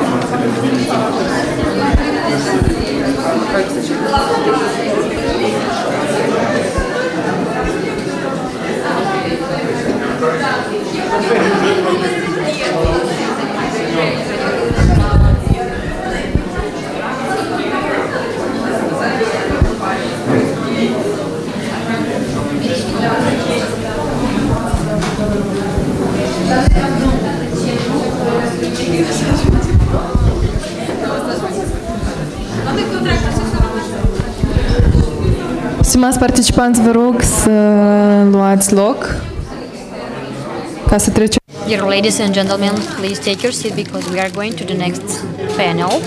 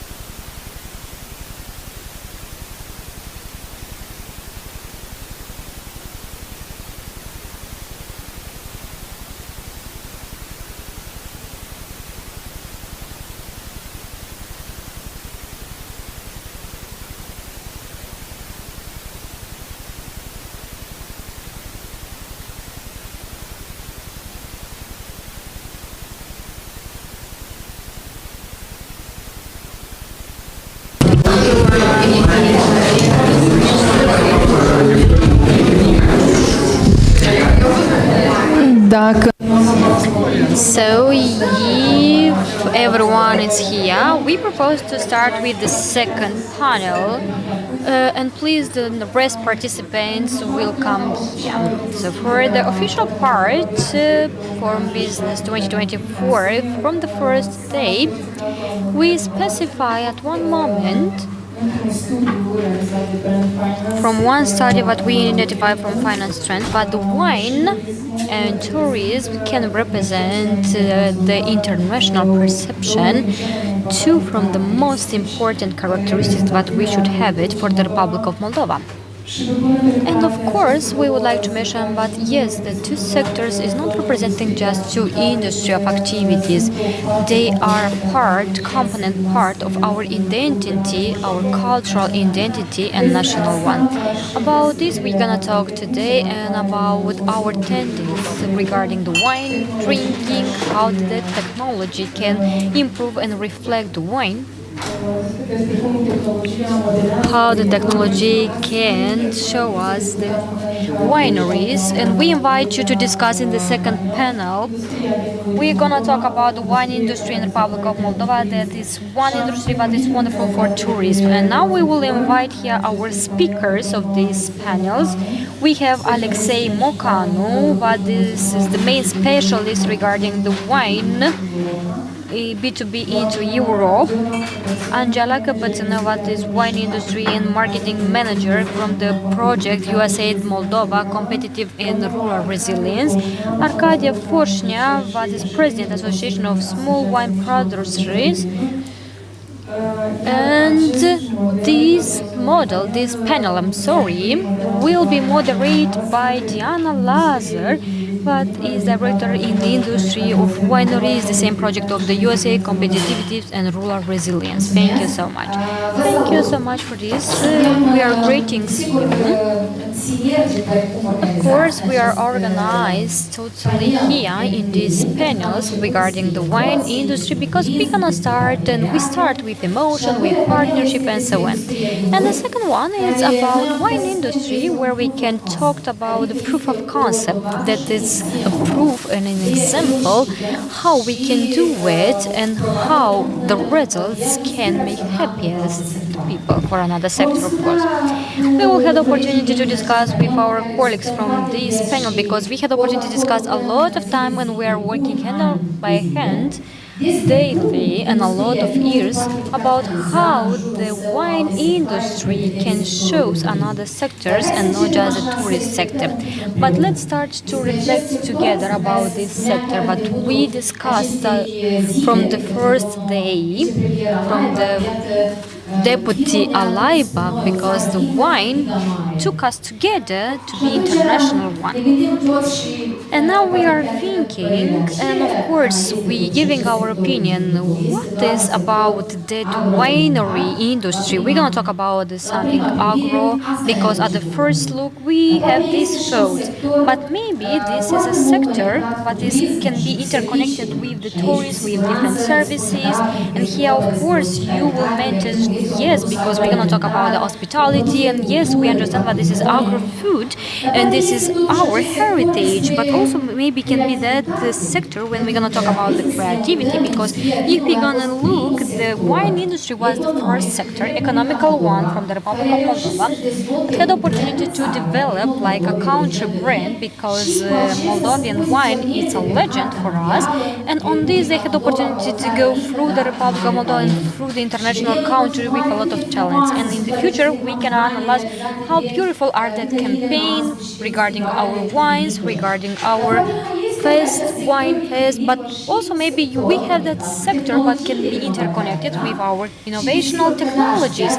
And yes, maybe we know about it, and in our opportunity from the wines part, we're gonna talk about engineering part, and we understand that this is a high level when we're gonna talk about the new investigation, when we're gonna talk about all these elements, when we're gonna talk about the elaboration, establish, and all about winery and vineyard, what we had opportunity to export abroad. So we're gonna talk about the technology, because that is very important. And my colleague will talk with you how the wine with the artificial intelligence can become the most popular in the Republic of Moldova in 2024, and that won't become on the international market. And on the final, we should understand what is the wine market. We're gonna talk about this, but it's a field like a social one, or it's a heritage because bring us together. And oftenly, when I remember about this, we had a conference and there was talked how our children had opportunity to win international awards regarding the robotic competition, and they promoted on that competition, but they are proud because they mentioned our country is like a wine country and we had that heritage in our country. And at the final part, I will not talk about the geographical point of view because everyone remembers the history of our country, and we understand when we're going to talk about the wine wars can affect it to that country, but they are exporter of 80% of these wines.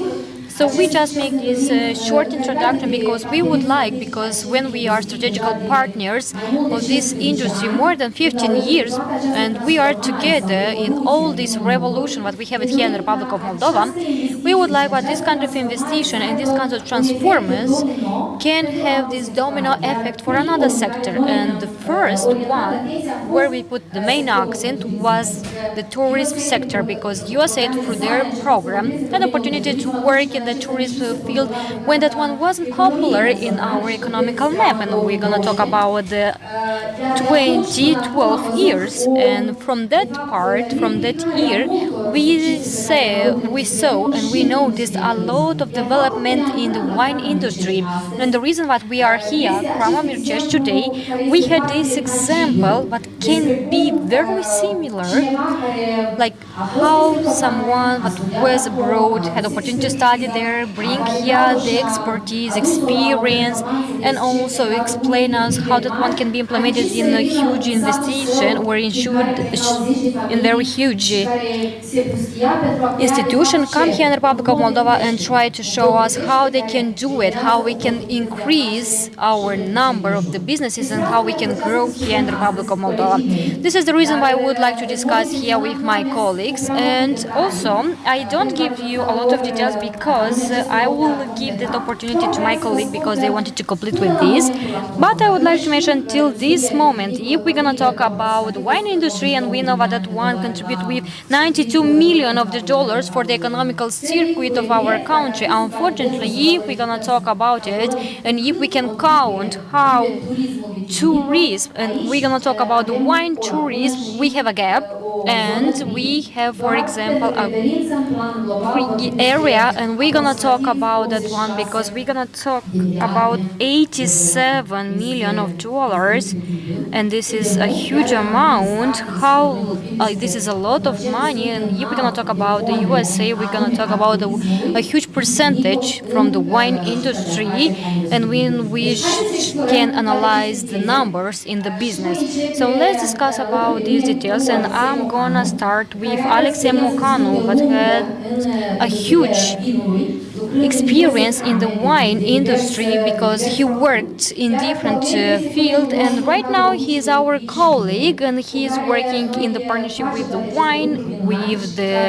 vineyard, and together we are working and we try together to have this transformation, and now we have a public-private partnership. It's a unique on the Republic of Moldova. So Alexei, please, the floor is yours, and the first question that we are having to open this panel is to look where and how that kind of gaps can exist. What is the main success of the export, but we have it in the wine industry, how we can implement different kind of political ways. If we're gonna talk about the international market part, could you please tell us what will be that impact or the value that ONVV can put in another sector, and how we can make this interconnection between them? Hello everyone, thank you so much, Anna, for this question. And once again, I would like to say welcome to this event, beautiful event at Crama Mirceș, because this is a part of the Republic of Moldova. It's a wonderful one. I would like to mention you a little bit about vineyard and wine testing, what we have in our activity, how we work, what is our experience. And in all these years we had a lot of debates, we had a lot of challenges, till we appear who we are right now because we have a platform in the Republic of Moldova. Our main purpose is to promote and to grow in our authorities not just our products regarding the wine, but also we would like to share the quality of the services that we would like to offer and to be in that small point in the map of the Republic of Moldova. So we started our activities with the fights of the wine that was 15 years ago. So everyone that tried to do this, we didn't understand what does mean European market. We do not know the specific of that market. We understand that in that moment what another level and another categories of the wines. So that experience that we had, we right now in this moment at the global level, and we can understand that the best wine we have here in the Republic of Moldova. And yes, we have that history of 1 year that can be related in the future. The main purpose is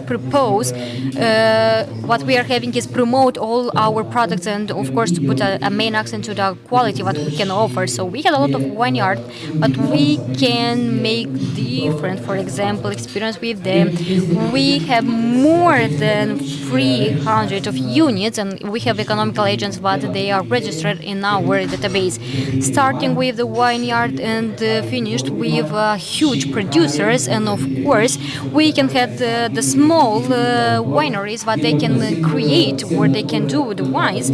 So we had that wine that can be in the whole world, and we understand that cannot be comparable with another wines from abroad. What I can tell you, experience what we have, it's a lot, but today the global is with eyes on us because we have the quality of our products and everything what we are doing, and with you together we try that the consumer and that segment of the consumer can receive our products that we are having, because we have thousands of the products. We are doing different comparison between the products, and we had a lot of market analysis to make sure that the consumer can listen about our services. What is the wine? We're gonna talk about that molecule that we had in our body. It's that build of the love of the dream that we are having, because we would like to show how that one can be strange in the citizens, and of course the wine can bring us together.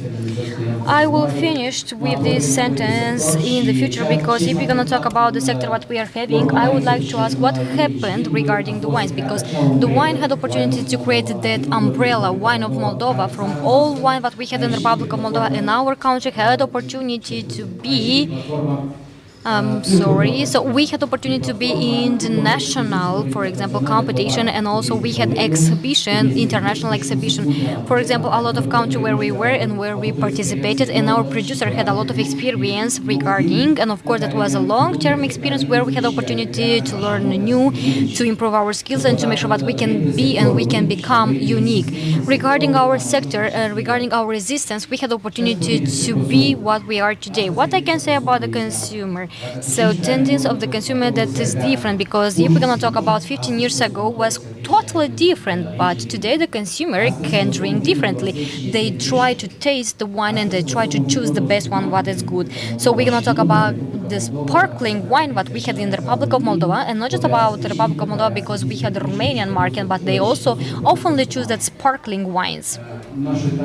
Also, we do not forget about the rosé wines, but that is a huge style for our country, and a lot of people can choose that style of the wine and the tendency of the colors that we combine in that wine.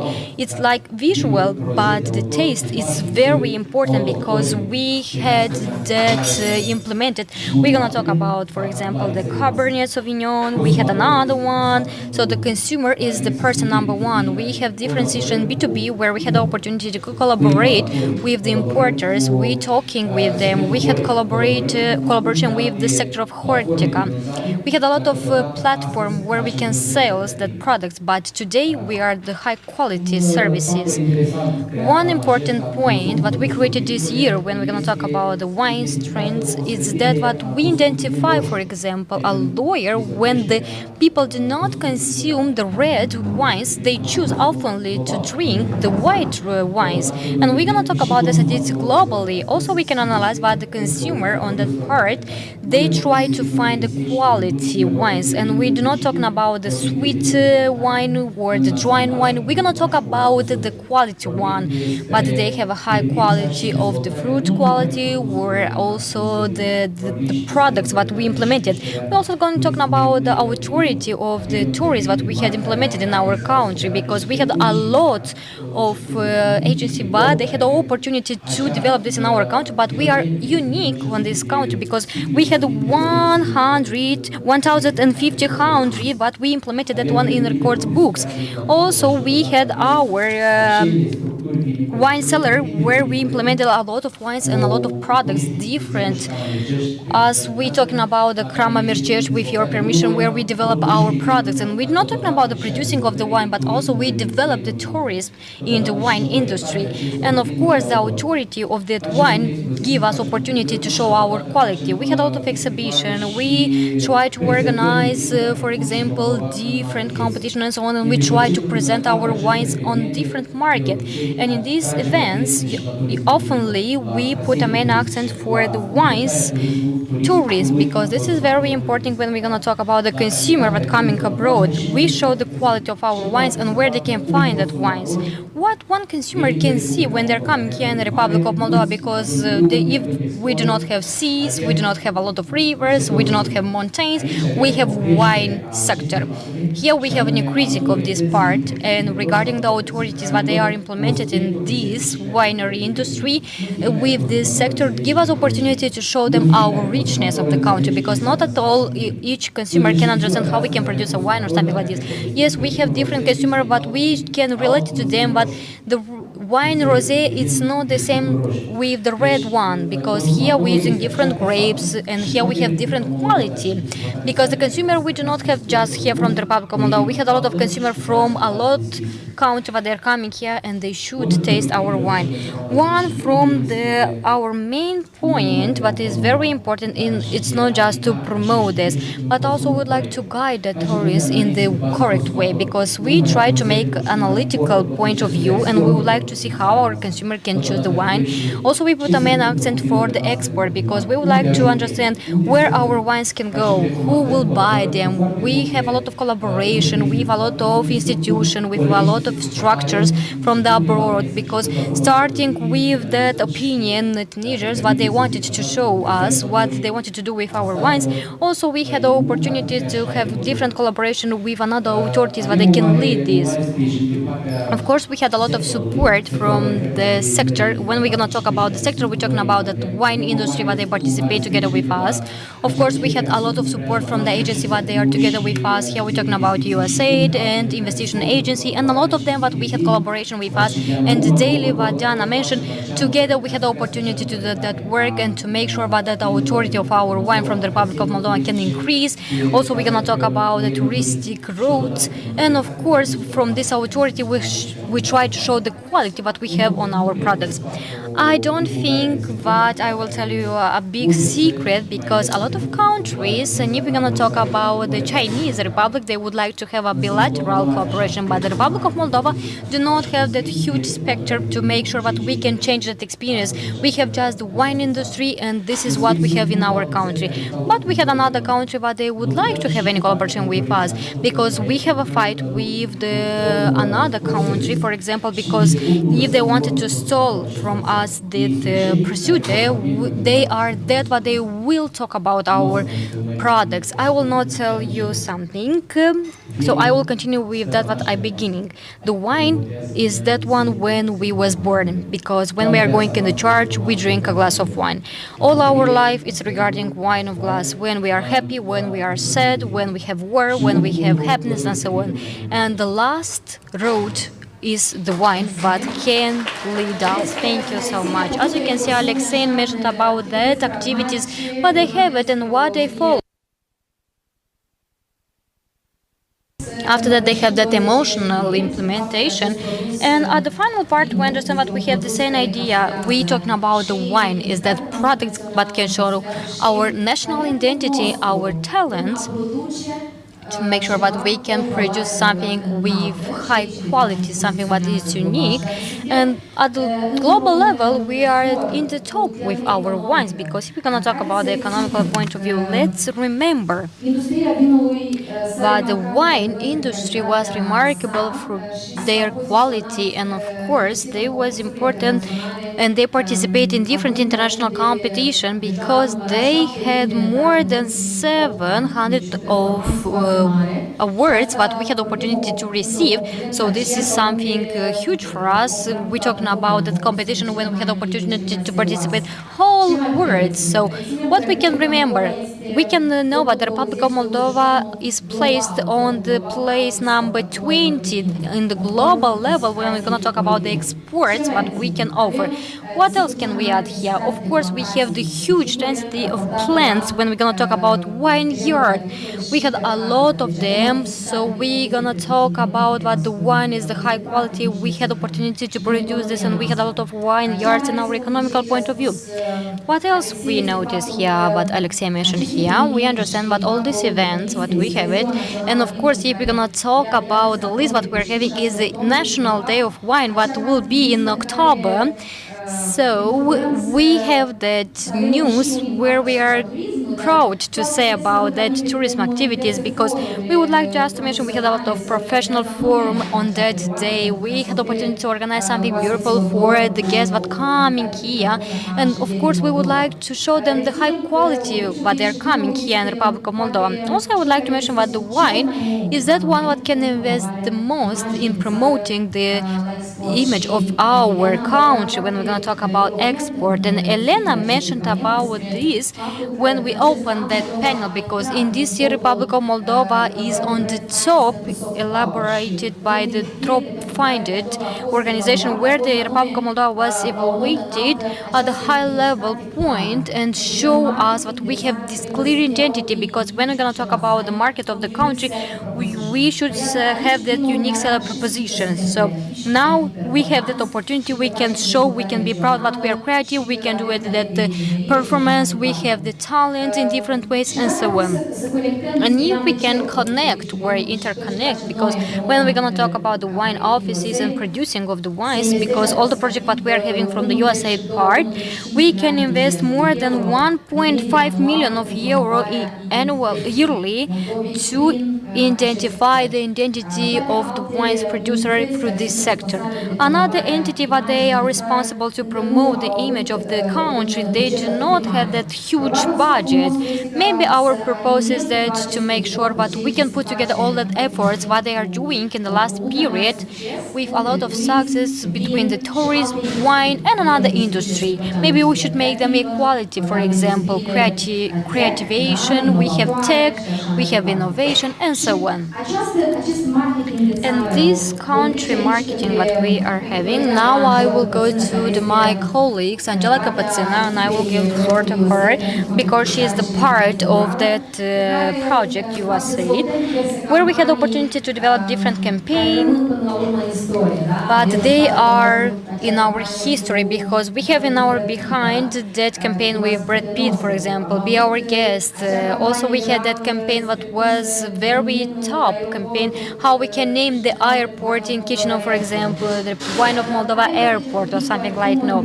So we had something unique with the colleagues from our team, and we have that vision that are very important. And Angela, if you give us opportunity, we would like to explore some, because we had export on more than 70 countries that wine that we produce here in the Republic of Moldova. So we have more than 70 million of glasses that we can, of bottles that we can offer. We understand that we just give them, and we just would like to receive a feedback from that person that they test our wines. How we can take into consideration these opportunities, and how we can describe that opportunities in some kind of complex program that can show that the Republic of Moldova can be in the number of the global level and also to receive that advantage position. And why not that visibility that we try to create with our wines to bring the value for another businesses that we would like to open here in the Republic of Moldova, please. We are sorry, but we cannot hear. Microphone. Hello everyone. Let's come back from that point how Diana finished the question. How we can show everything that is happening here, how we can share with how the wine become our industry and so on. We people from the marketing field, we of course choose and we would like to implement each opportunity that we are having because we would like to communicate, we would like to create a lot of tools and of course a lot of wave of communication, for example, to make sure that a lot of people can hear about us and we try to offer that product for them. And when we're talking about the wine industry was mentioned, but this is our identity, it's part of our DNA, and we understand that that one cannot be separated because the wine and the people are the same. And when we're gonna talk about the tourism, it's something new that we related here, and a lot of people try to discover us. They are like shocked because when they understand what we have here and what is the quality, it's something wonderful. But if we're gonna talk about the programs, I would like to ask you because Alexei mentioned here about the global tendencies. But if we are marketing people and to make sure that for me will be more easy to explain for you, wines. Did you hear what Alexei mentioned? What the global consumer prefers? Because I would like to have interaction with you. How many people from that room prefers red wines? Okay, who prefers white wines? Who can combine them, like drink red wine, white wine? So who prefer that rosé wine? Okay, we have another wines, and I would like just to tell you something interesting. Who prefer the wines without alcohol? No one, as we can see, no one. What kind of wine is that? Yeah, of course, that what is driving cannot drink. Yes, of course, we had wine without alcohol. And we have the tendency at the global level, but the people can try to find that wine without alcohol and to drink that wine without alcohol. And we have the low no is the name of that wine. We are sorry, but we cannot hear what is happening in the room.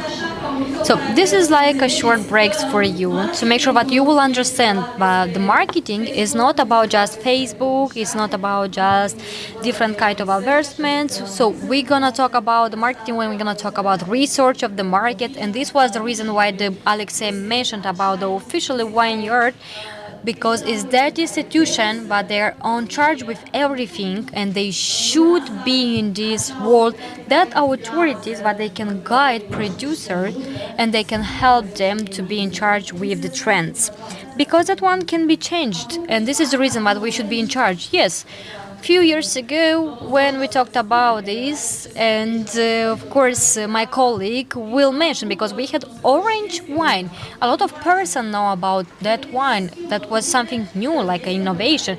But if we took a look on this, we saw that the things are quite changing, coming new innovation, another part of the production, another part of the wines. And I'm coming back to the programs. We're talking about one program, like we are as a team, we are so proud to initiate something new from another project. And now we have the competitive and the rural resilience. It's one project that it's working right now. This is something regarding the support for the wine. And in English, we name them wine exports. And in the last period, we worked hard with a lot of wines. We're talking about the short, the long density. We have different startups because we try to offer them technical assistance, we offer them grants, we try to offer them financial support to make sure that they can find new market, to develop that market that it's existing right now. And we worked together a lot because we had a lot of relationship to make sure that we can catch that key market, but they need us and they wanted to receive our product, of course, to map on this map what we are having, that products what we are having for a lot of consumer from the whole world, and we try to guide them to show them how they can find distributor, how they can find them different market, how they can find different collaboration, create different program, and to make sure that the consumer would appreciate their products what they would like to sell. And we're gonna talk about different events here because we have small one, big one, and we understand that in this life we had a lot of opportunities. But first of all, we should understand them and we should analyze them, because this is one program that can help that person that they're working in the wineries industry, and they can just apply and benefit on that opportunities. Also, I would like to mention here, because Alexei mentioned previously that in our position like a country, we had that story regarding the vineyard from the Republic of Moldova. It's something that represented us. More than 10 years what we have, because we had the opportunity to be in all decades, because we had that brand of the country what is existing. We presented ourselves like this, and this is our position. We had that story, but right now existing, but the things are little bit changed, they developed. And right now together in the team, we with the Diana, that is the lead of the project on an NVA team, this year at the biggest event, international one, exhibition what was regarding the pro wine, we go there with new position. Let's say like this, we have a new position there. Wine of Moldova, unexpectedly great. That was our presentation when we go to that international exhibition, where there can come people from the whole world and a lot of importers, and of course different representatives from different institutions, from different wine seller and so on. People that they know that trade on the market. I was shocked because we can translate that one into Romania. We show and the people was shocked, because when we going about the wine expecting the great, we go with our innovation. And now we're talking about another project that we supported, where we was in enrollment, and we show them without one team you cannot do it something, because when you are going in the team you can do something, because when we're going from the Moldova we try to tell them what is the differences. And it was about the wine that was produced with the help of AI. So, you know, all these people and their creativity are involved, but artificial intelligence also is involved. So everyone after that spoke about us. Articles appeared about us because we came with an innovation. How did you do it? What did you do? Were the questions after that. We took the trends with the artificial intelligence and we tried to implement it within a project. And this project was initiated in summer 2023. And we had the final product at the Pro Wine exhibition.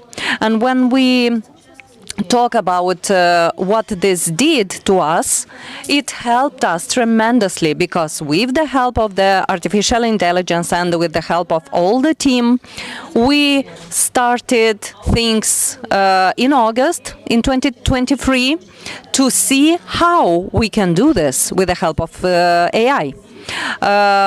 Also, we asked AI what is the best day to go and harvest the grapes.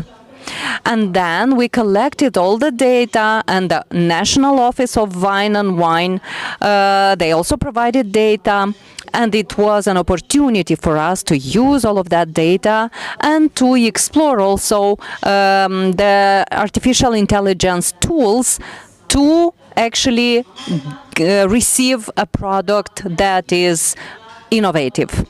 We talked with IT guys.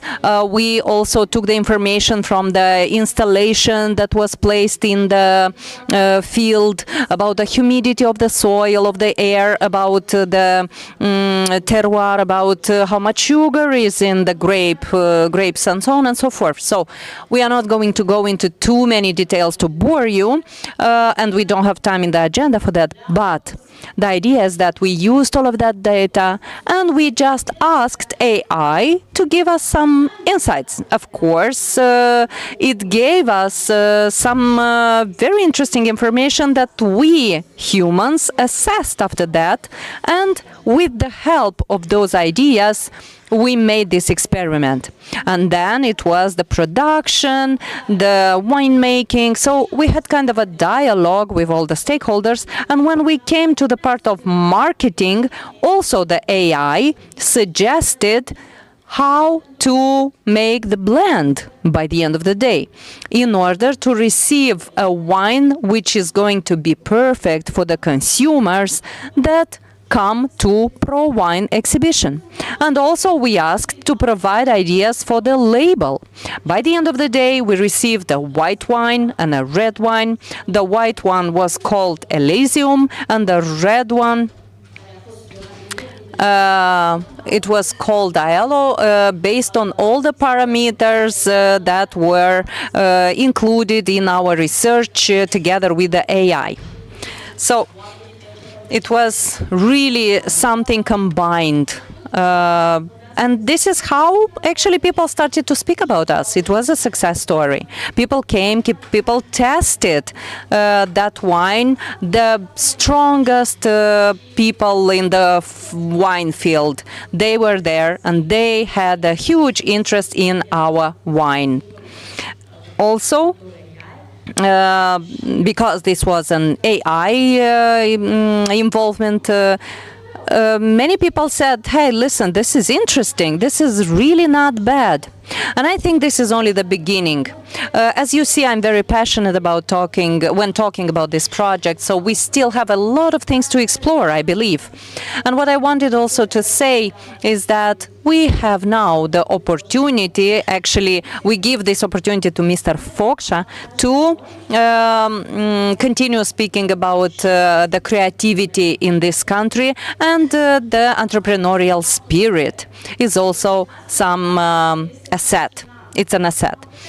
We have a fantastic potential, and we have historically very good wine producers, and a lot of things in our country, also in the wine industry, is based on the enthusiasm of people. More than 60 members of the Association of Small Wine Producers, they are the ones working hand in hand, sometimes also with the big ones, guided by the Office of Wine and Wine from Moldova. They are making us famous all over the world. And listen, let's count how many gold medals we have all over the world for our wines. Let's count how many times international experts are amazed to find out about Moldova through Moldovan wines. So, yes, indeed, we are proud of this, and we are supporting our Association of Small Wine Producers, and we are very proud also of the fact that last year they initiated the Festival of Author wine. So this is a sole project. We supported them in this, and apparently it's gonna be replicated next year's and at a bigger extent. I'll stop here. Yes, thank you very much, Angela. A lot of interesting information. Let's make some general conclusions after your intervention. So, first of all, this exposure at the international level, specifically for the wine industry that depends on export, opens new gates, new opportunities. And these opportunities can be transposed into a capital that would create a better image of our country. And it's, of course, about marketing, about analytical work, about creative work. And behind all that, there is a very good project management system. And all those ideas that seem now like a game of a team might become in the future a very strong point, a starting point for something much bigger. And it's very important how well you communicate about this, how well you manage the flow of information and the visibility. in order to open new doors. This is very important. And I think we should also say that internationally, Republic of Moldova reoriented at 180% its directions for exports. Because, you know, traditionally we were exporting to the east. And now more than 50% of our wine, bulk wine or bottled wine, is designed for the European market, which is really, indeed, a huge transfer. And of course, this was done through a systemic approach, through an approach of coming on systemically coming on the variety of markets, tackling a variety of markets, and taking into account the costs and the specifics of the potential export destination. And you know, we understood in our experience that storytelling is amazing, is an amazing tool. And this brings a lot of added value. We made some calculation that showed us that even if you use the best technologies, intensive technologies, you reach a certain price, and only the storytelling can increase that price. You can actually triple the price or even more. And this gives you a lot of opportunities and a lot of added value. And we want for this industry to really be a competitive one, not just, you know, one that tells good storytelling. But in order to create this bridge between the ones that are producing the wine and the ones that are making the stories and marketing, it's very important to mention that country marketing is very important. We are a small country, and in Moldova we had the World Conference of the Wine and Vine Tourism. It was in 2018 and it was a very successful one. This year we have the general meeting of all the networks of countries that have wine tours, and a lot of people are going to come here in October for that event, and this is besides the wine festival. And then the World Congress of the International Organization of Wine and Vine comes to Moldova next year, and 60 state members, representatives will be here. We have to think globally, we have to act locally, and also you have to be aware of all the issues existing in this field. Indeed, for a bigger producer it's much easier because they have a team, but for a small winery these problems, they become huge.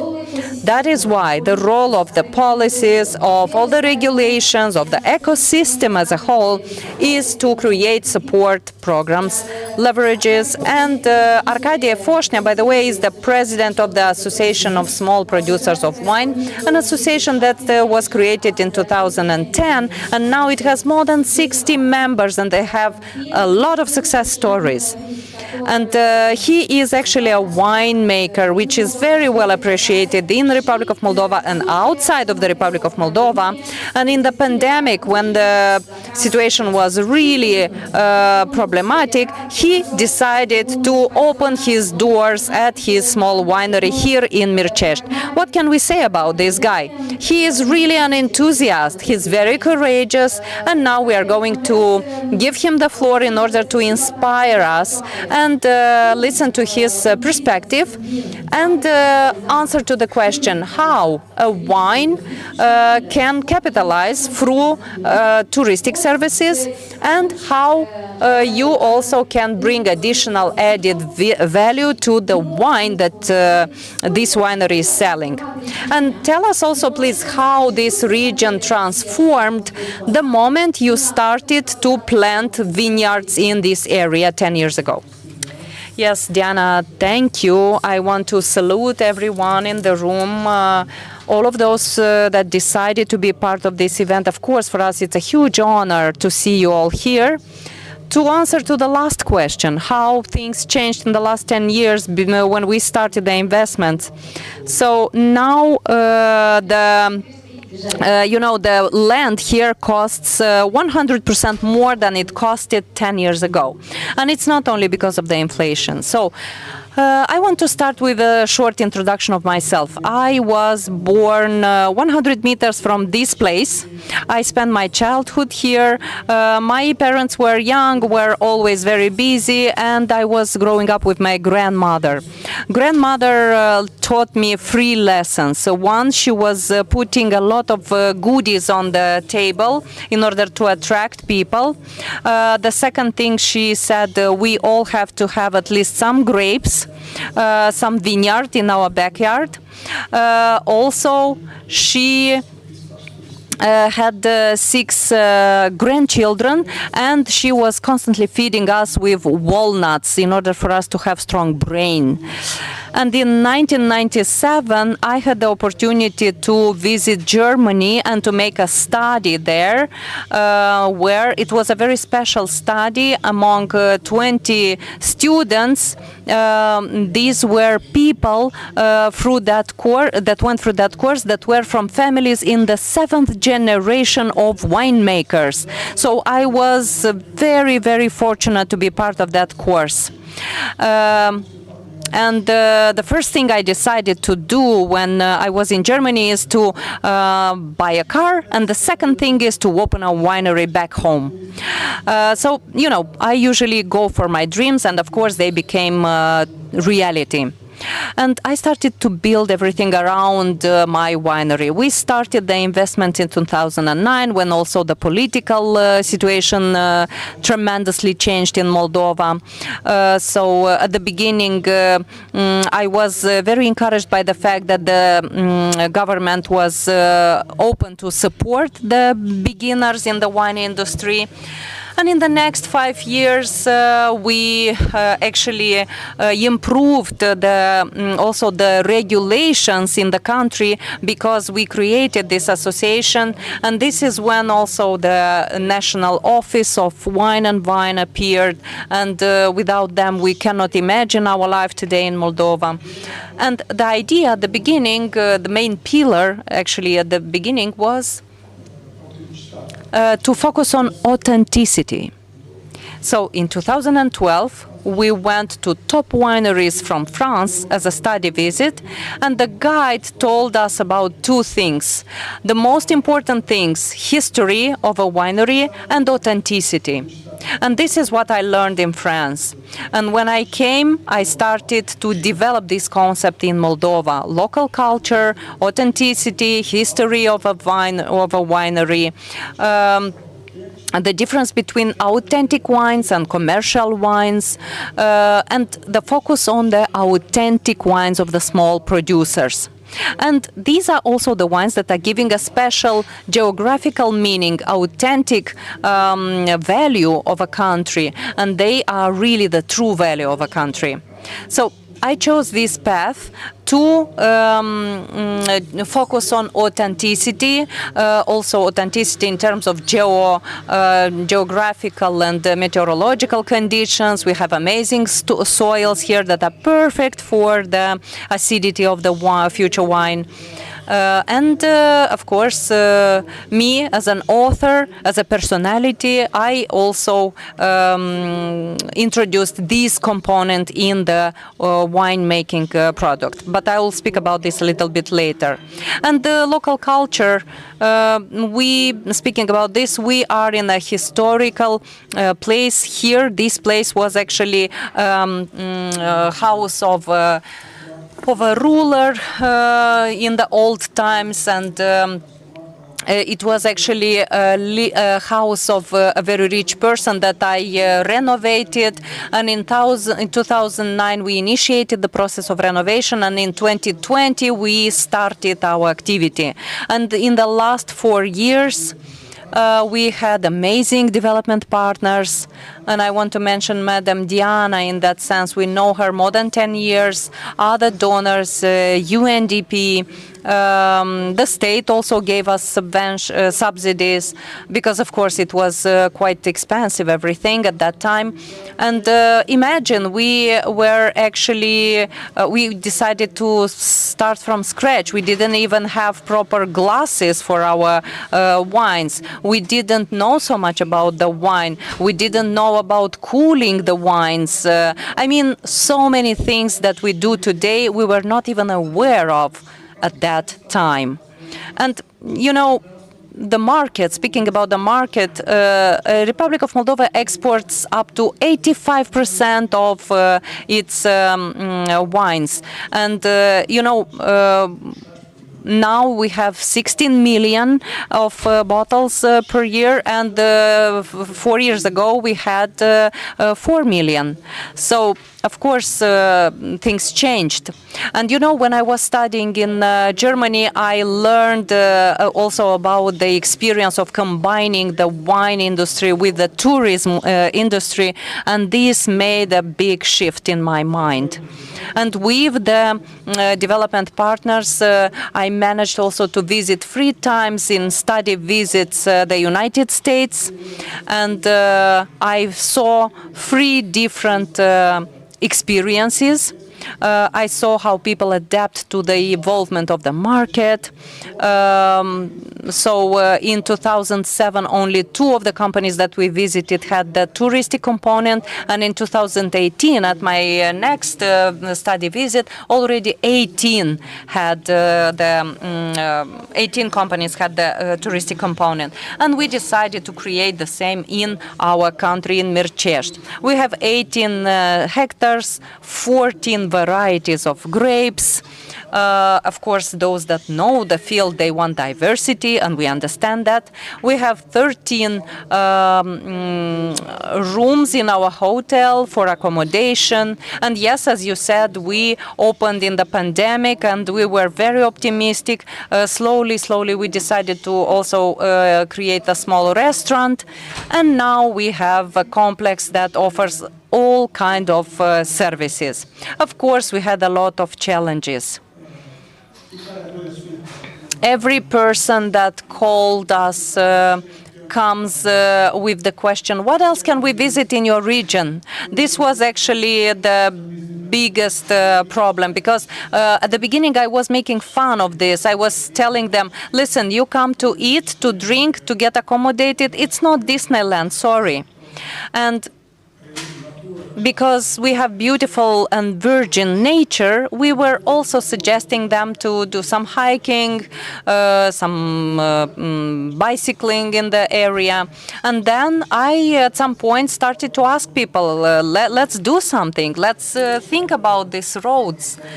And finally, next week, we are opening these new roads. The president of our district told us that he wants to have everything quick, but it took us 4 years to develop this. But to be honest, for me personally and many of my colleagues, the most useful things in our development were the study visits. And we went to some study visits, and we saw how these roads are changing the whole infrastructure, the whole situation.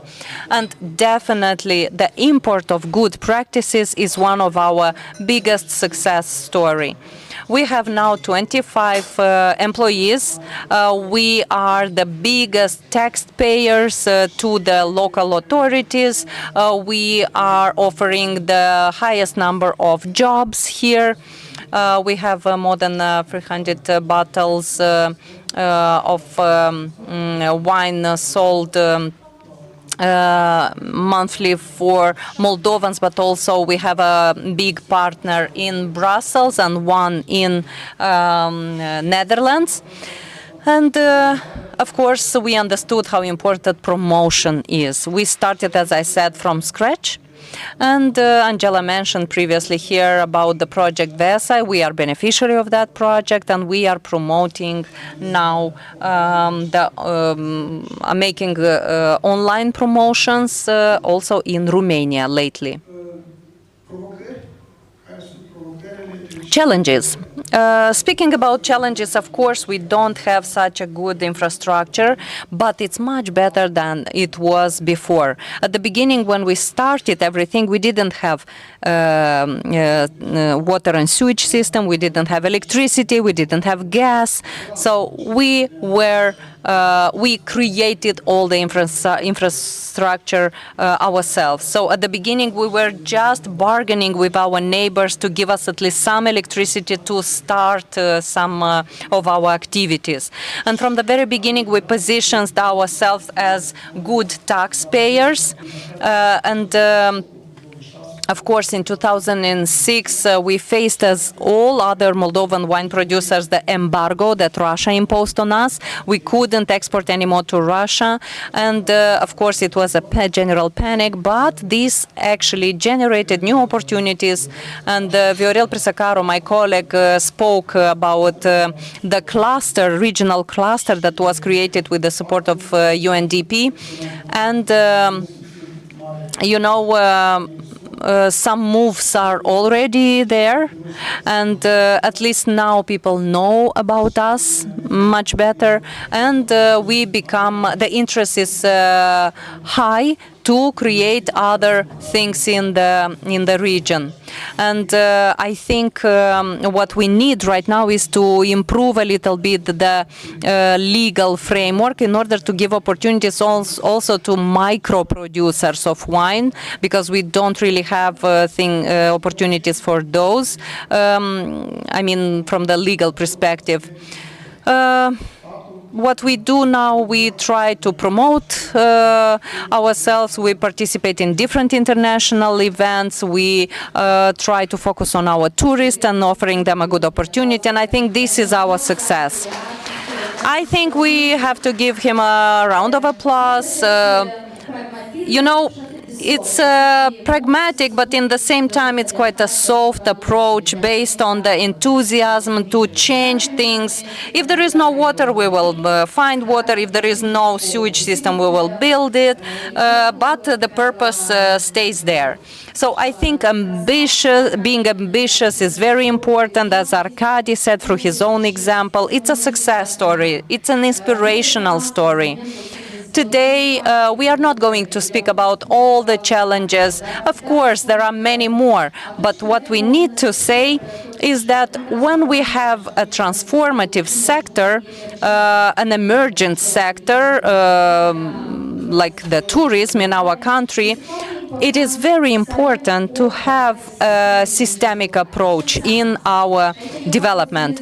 And I'm speaking here from the perspective of person that was involved in many of these projects and researches in the wine and tourism also industry. We have to focus on the request and offer.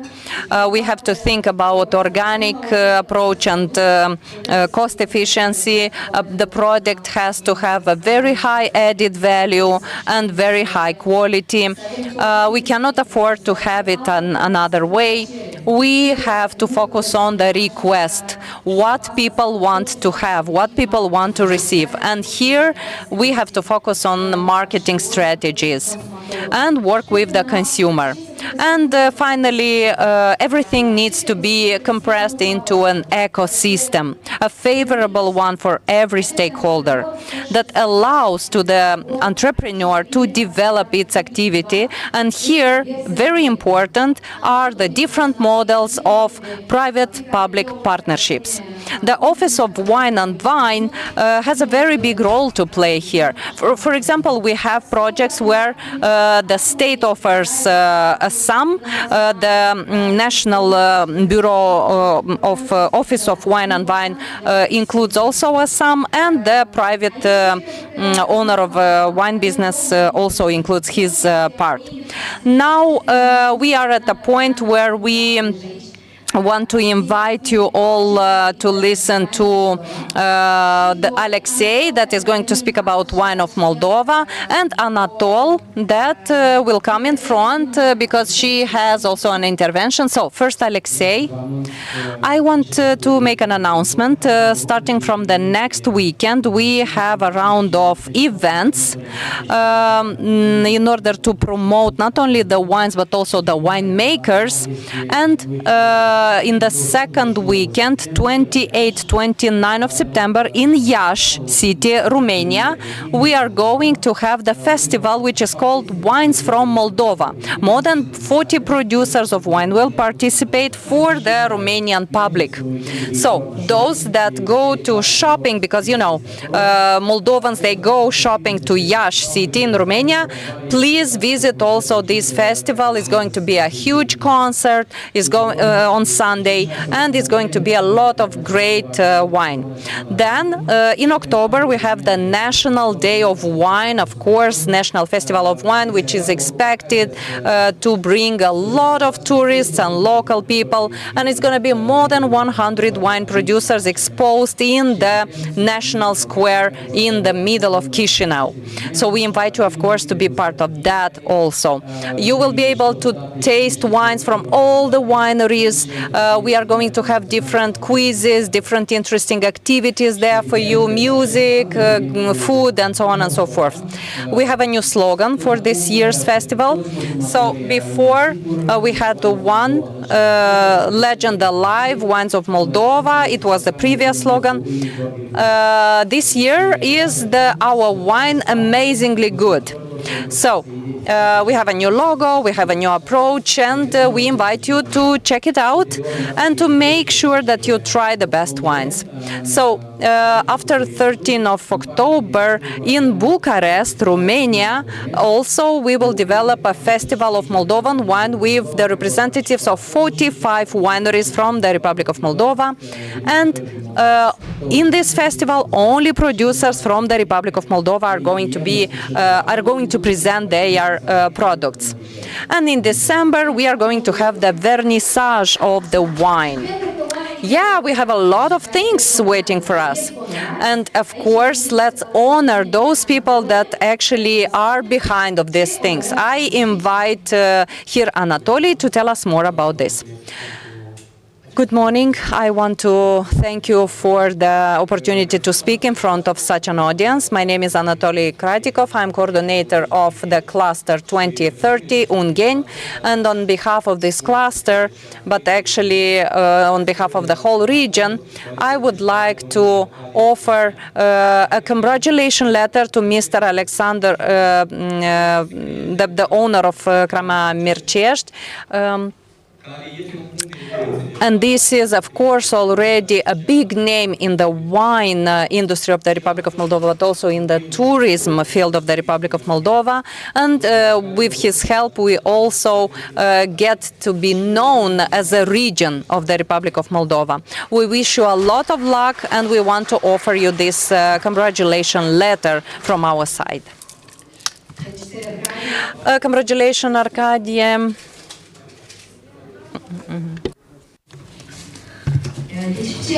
Yes, how we can sum up this, because the people is every time important. Everywhere where we can be, if you work hard and our work is with high results, of course we can do something. So we'd like to say thank you so much, Arkady, thank you so much everyone that you had the opportunity to stay till the final of the panel, and Elena will tell us what we can do to the next part. So we finished that panel, but we didn't finish our activity for today. So we have our lunch break. We have 1 hour for the lunch break. After that we should come back for the third panel. I don't know if we specify after the panel number 3 we will have a tour of our winery, and also we will test all the wines. So we'll have a wine testing. So we encourage you to stay till the final. Thank you so much. Sunt întrebări? Of course, if you have any particular question, you can ask. I guess you do not have any questions, so enjoy your food. Bye-bye.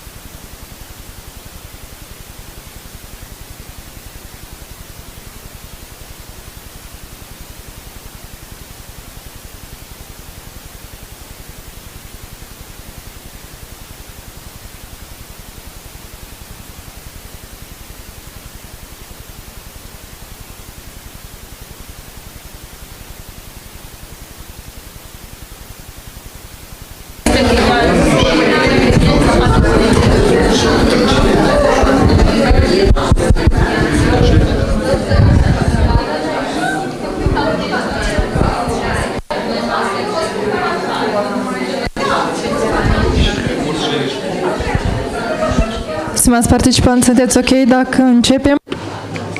Dear participants, are you okay if we start now? Can I have your attention, please?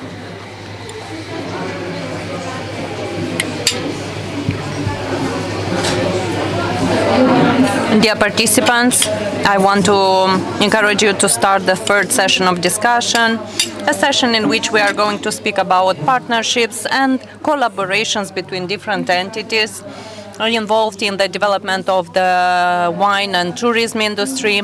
We will find out about how strategic partners can create sustainable ecosystems that would support these trends on a long run. And I'm going to invite here as a speaker Madam Tatiana Karagia, Department of the Promotion of the Exports from the Agency of Investments, Madam Natalia Gramatur from the Institute of Standardization, Madam Melania Pop, Business Development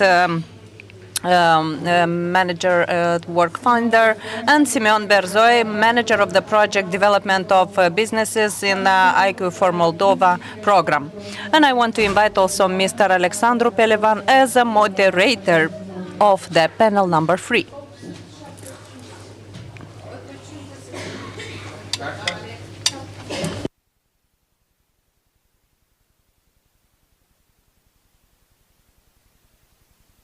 Is everyone in the room? We are also online.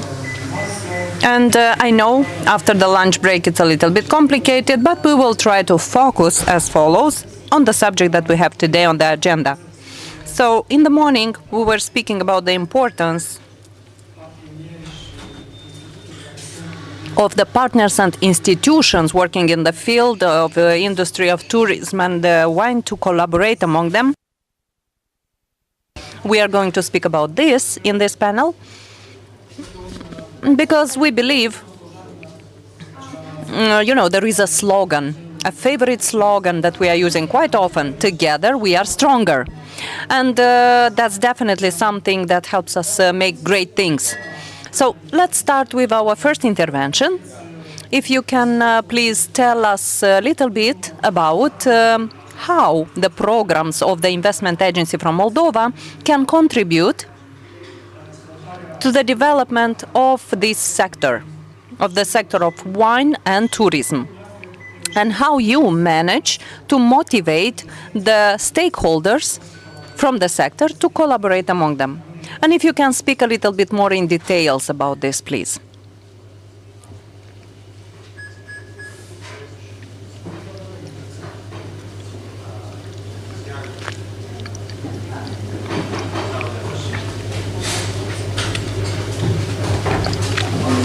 Good afternoon. My name is Tatiana Karagia, and I am representing the Agency of Investment.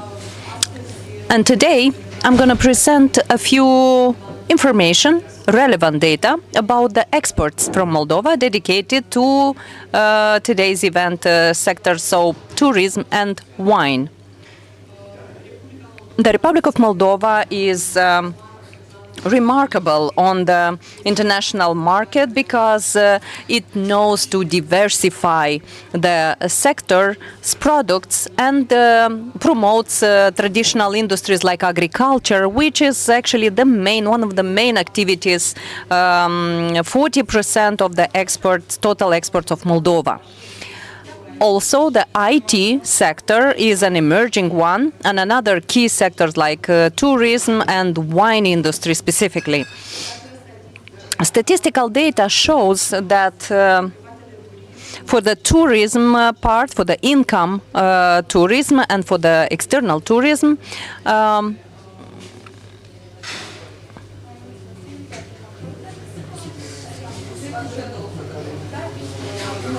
the number of visitors is constantly increasing, the number of tourists, compared to what we had 2 years ago.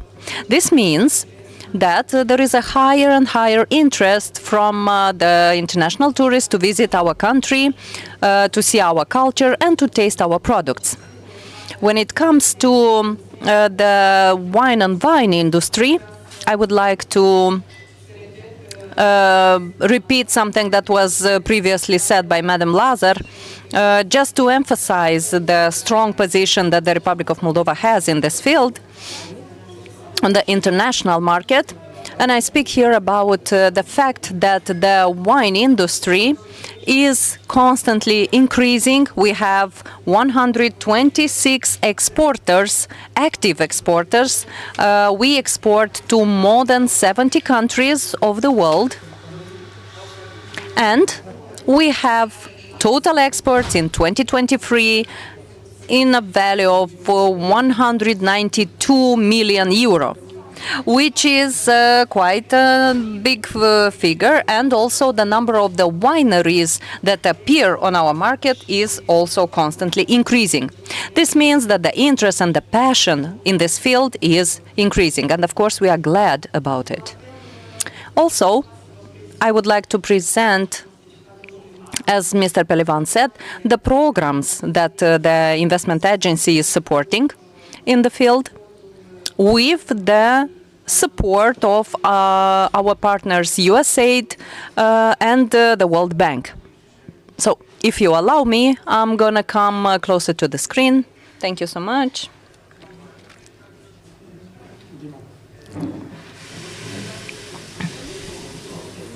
I hope I'm not making anyone uncomfortable by being here. So, the first directions of export for the investment agency are activities, actually. Financial support for international participation in business missions and international exhibitions of local producers. We support the elaboration of the market studies for the producers. We organize events B2B, participation in different international forums, and we also collaborate with diplomatic missions that actually help us access new markets.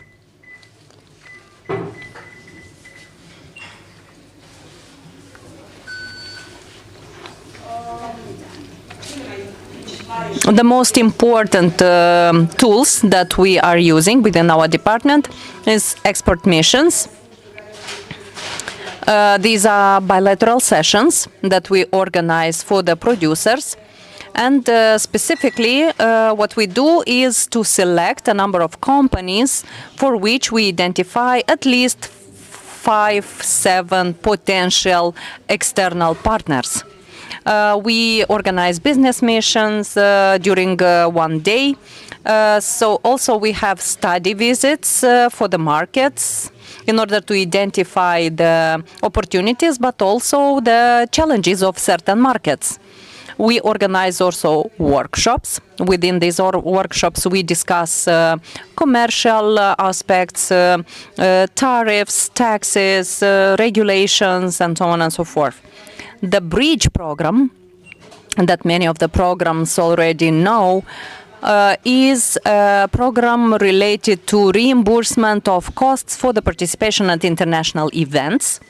And we also support companies through associations, business associations, for the participation again at the international exhibitions. For export missions program, I want to give you some details just for you to have a better understanding about its usefulness. So we have 4 years since we launched the program, and we have 150 companies that already benefited of these missions from 8 key sectors: fresh fruits, electronic, furniture, food products, alcohol, bottled wine. And here we have a full extensive program for useful one for those that are from the wine sector specifically. They managed to sign new agreements, with identify new partners, and of course They did this also for food products. The total volume is 3.3 million euro, and the missions were in Baltics, Scandinavian countries, Netherlands, Romania, and for Germany. And for November, we have 6 new missions that we are going to organize in Germany for 2 sectors: for the fresh fruit sector, for the processed fruits, and also for the wine sector. So 24 companies were contracted. In November, we have 4 missions for Romania. We have 54 companies selected in Romania for 4 sectors: furniture, wine industry, food products, and fresh fruits. Export Vision program that I was talking about previously, within it we have elaborated 23 market studies, 156 companies assessed, and we have more than 575 unique accessions on the web platform. We also have planned online sessions. First one is going to be with experts from Germany on the 27th. On the 28th also we invite you here, because my colleague already spoke about the information about the event that is going to have here. And within this session we are going to have amazing speakers. We are going to have a networking session. You will find out more about the opportunities and the challenges that are on the German market. For October, we have planned to make some activities in Italy. Then we want to focus on the food industry for European Union, and the Bridge program is a program that supported and continues to support the tourism industry and wine and vine industry. So it's successfully supporting. We have 372 beneficiary companies, 570 grants that were were used till today. These are the industries that benefited from this: creative industry, textiles, furniture, IT, engineering, creativity, industry of tourism, waste management, horticulture, and honey production, and of course wine. And we are going to include other industries soon: pharmaceutical, chemical, automotives, and food industry, and startups. For the tourism and wine and vine field, we have 68 companies that benefited of this reimbursement program, 62 companies from the wine industry specifically out of them. Here we have the countries where our beneficiary had study visits: Romania, of course, the most visited, Germany, Great Britain, Poland, Italy, so on and so forth. Here we have the events and the number of the enterprises that participated. Our companies go to international events like exhibitions, touristic exhibitions, specific field exhibitions like wine exhibitions, international ones, and so on and so forth. And here you can see a list of exhibitions that we supported during this year. So Green Week, which actually happened in Berlin, 9 Moldovan companies, wine producers participated there. And also right now we have the furniture international exhibition, where our participants are also present. For the light industry, also for the sector of fruits, electronics, and agro-food sector are also participating in events right now. Besides these programs that we are promoting successfully, we have also we receive also different kind of requests from the companies, diplomatic missions that are announcing us about potential partners that are interested to find local producers. And of course, we support them also. And it's a pleasure to make those connections. And also what I want to say is that we are very proud of our collaboration with the producers, and we in this way can contribute to the success of local companies.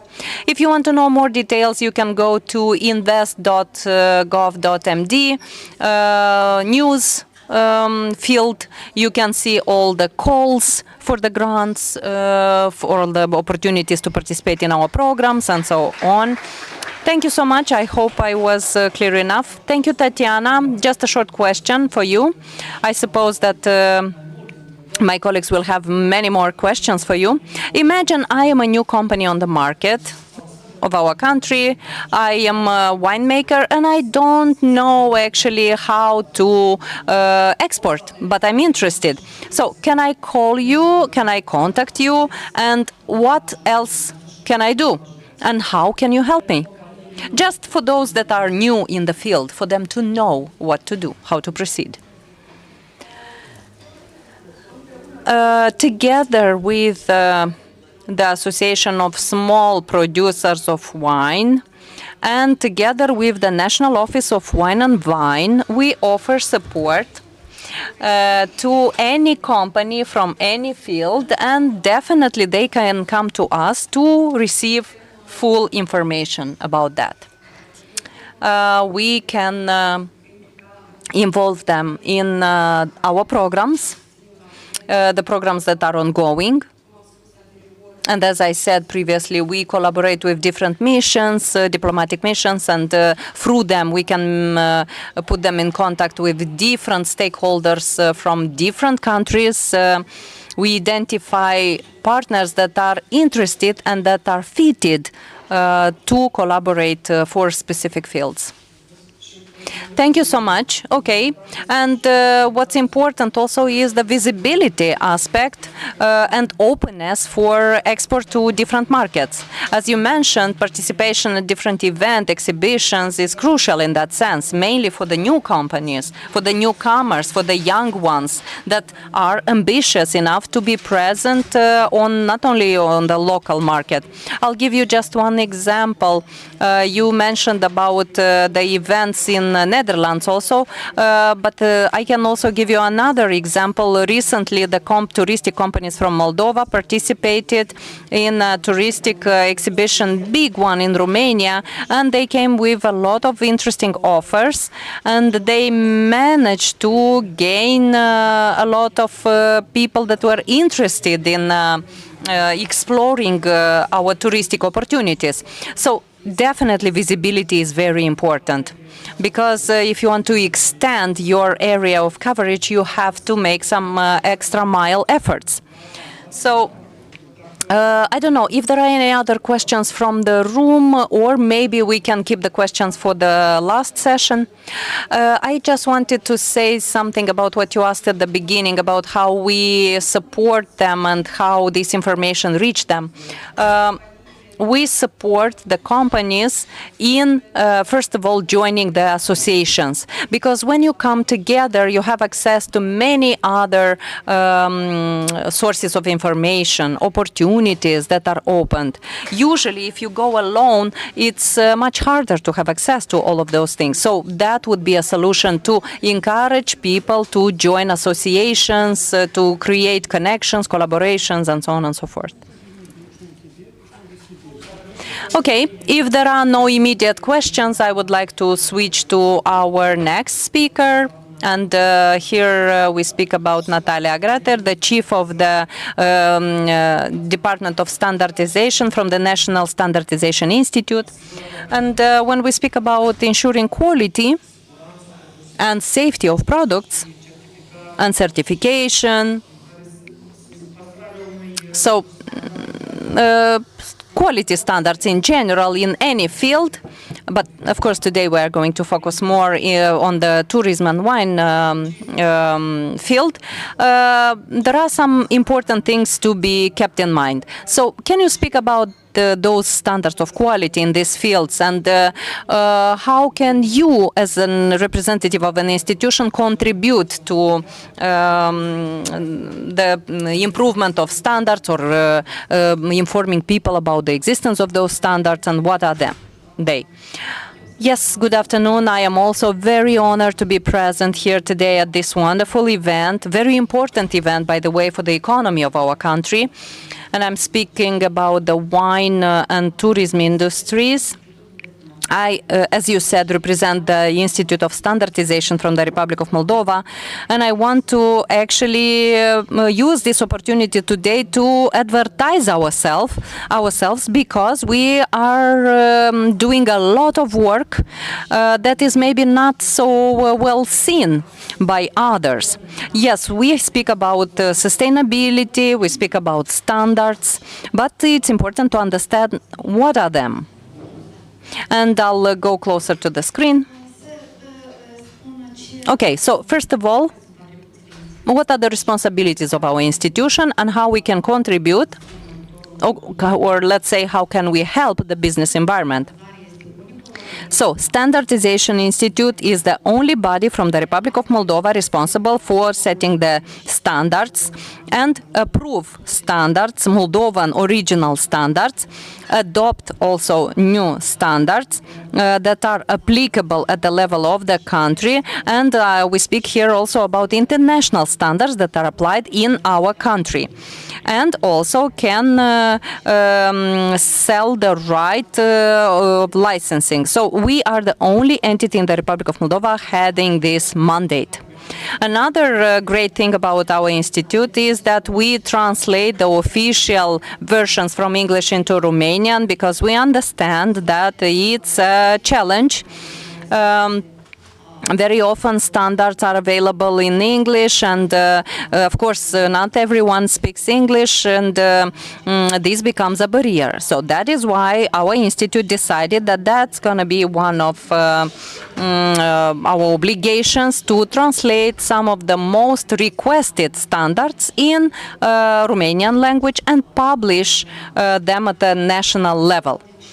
Another type of support is for the identification of those relevant standards for those who need it, because the National Standardization Fund has a quite huge number of standards already developed, and not everyone has the knowledge to identify the specific standard that they need, because there are, as I said, a lot of them, starting from the food industry, aviation, cosmos, and so on and so forth.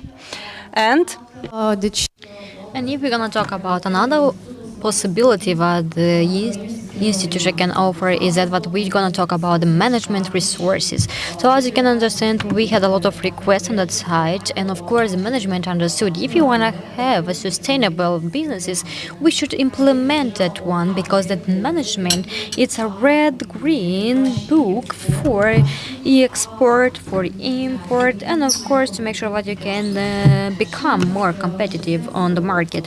And with this way, I would like to mention that our specialists can offer different trainings in the field ISO 1. This is 37,000 that can be implemented in that management, and we have 19,000 that is going on the audio system of the management. Also, I would like to mention that our Standards Institute, it's member for one organization, international one, and European one of the standards.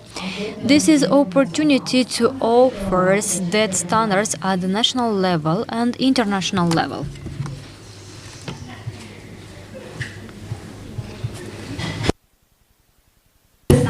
If we're gonna talk about standards, I would like to mention that we had a lot of years when we had different trainings, and everyone doesn't understand what is this standards. We should understand that one should be public, and if we're gonna talk about standards, this is something like an arts from the scientific field, and that are established with technical equipment, and of course there are involved different staff, there are so different members.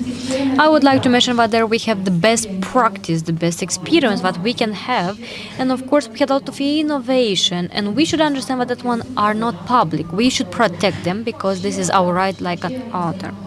And as I mentioned previously, the right of that one had opportunity to show you for the national organism from the Republic of Moldova.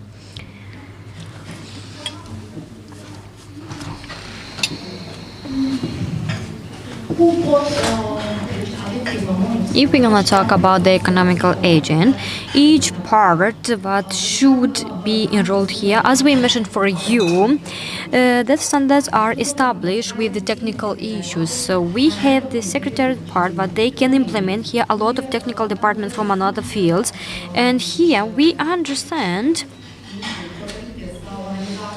But we can organize where we can solve some kind of technical problem, but we can have it here. So with this, we had the opportunity to create two different departments. That one, the first one is stories, and we had another one that is number 9, and here we're talking about the wineries and vineyard. What does it mean? So all the members of that committee, they can be each part of this site. We're gonna talk about different organs of the certification, technical laboratory test, agri-food, experts from different fields, because here we can solve all the problem, and we're gonna talk about the problem from the technical view. Because as we mentioned previously, we had a problem from the businesses field, but they would like to produce something and they would like to put on sales on the market, but also we have the problem with the solution that can be like a problem, because in that committee we had the opportunity to discuss all the problem, and after that we had the best solution to make sure that we can delete the gaps that appears from both parties. For example, from the part of the local public authorities and from the environmental businesses part. One important part is that this technical committee, they are interconnected to that correspondent one. We name them European and international one. The main way what we can have it here, give them opportunity to be on charge with a new project of standard that can be established on the European Union or at the international level. And of course they had opportunity to apply and to implement the new requesting till the new version will appear. As we mentioned for you previously, we have the National Fund of Standards, and that one can be applicable at the national level. We have more than 40,000. The standards are that document, but we can use them. Why? Because we every time should examine them, we can change them, and we can just implement new version. So every time they are changing is the same like innovation. From that 40,000 of standards, we have European one. So as you can see, we have European standards approximately 35%. We have approximately 3,000 that they are international one, and the rest one we have original Moldovan standards.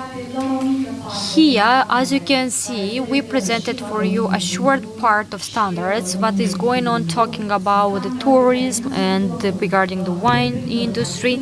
That standards coming like a support regarding the whole management implemented that should be reported. And also, if we're gonna talk about the technical opportunities, also we have packaging, transporting part, and so on and so forth. Till this moment, 2 years ago, the opportunity to have legal standards was like on paper.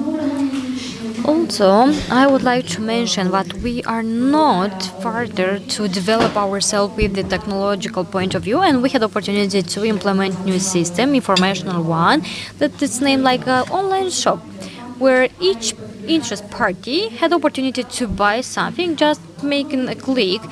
Doesn't matter where they are from or something like this. It's no needed to come in the office. It's opportunity to buy this from online part.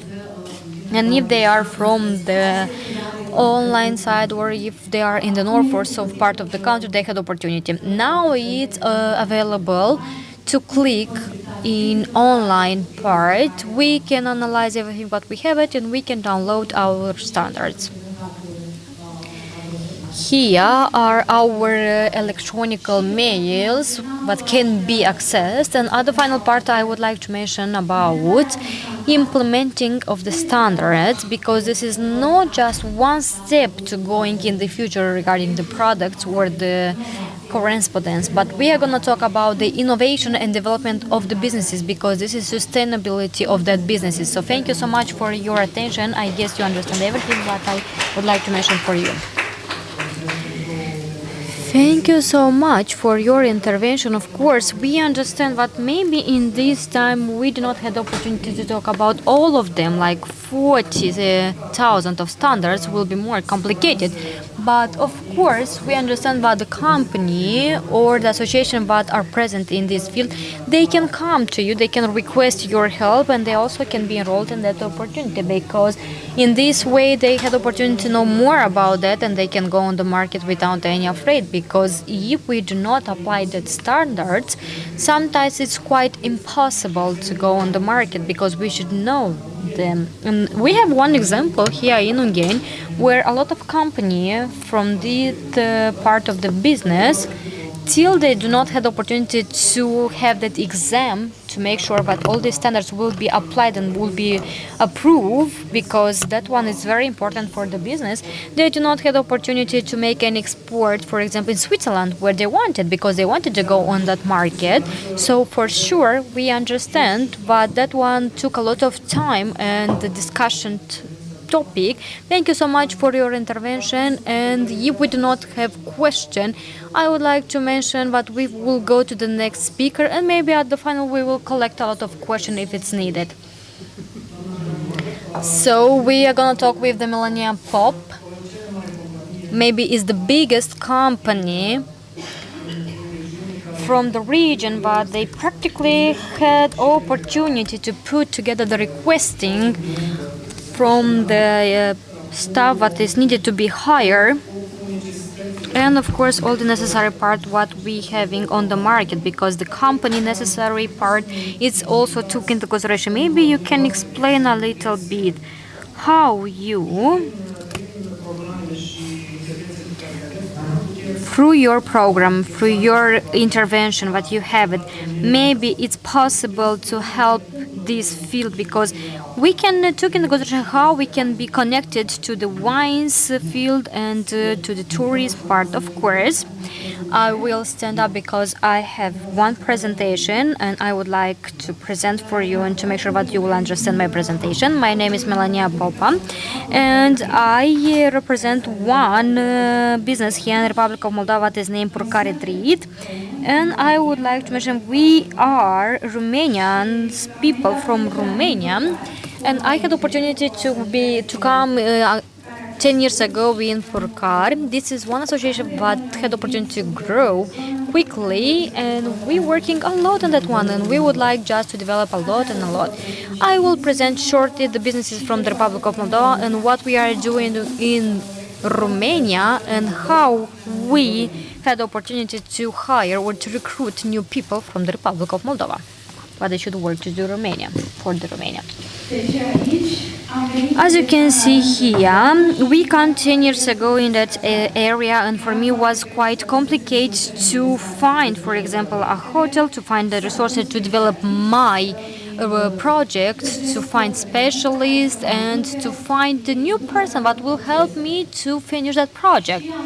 And I had the opportunity to open that Purcare retreat, as you can see, because if that area is a popular one, if we had comparison with the Purcare winery, because I'm totally sure you know about it, we would like just to implement that accommodation. So we wanted to have that accommodation structure, but we have it. And this is more a social project where we employ new teenagers, but they had opportunity to participate on that project, and they had different courses like waitress courses, IT courses, cultural and international trips with them.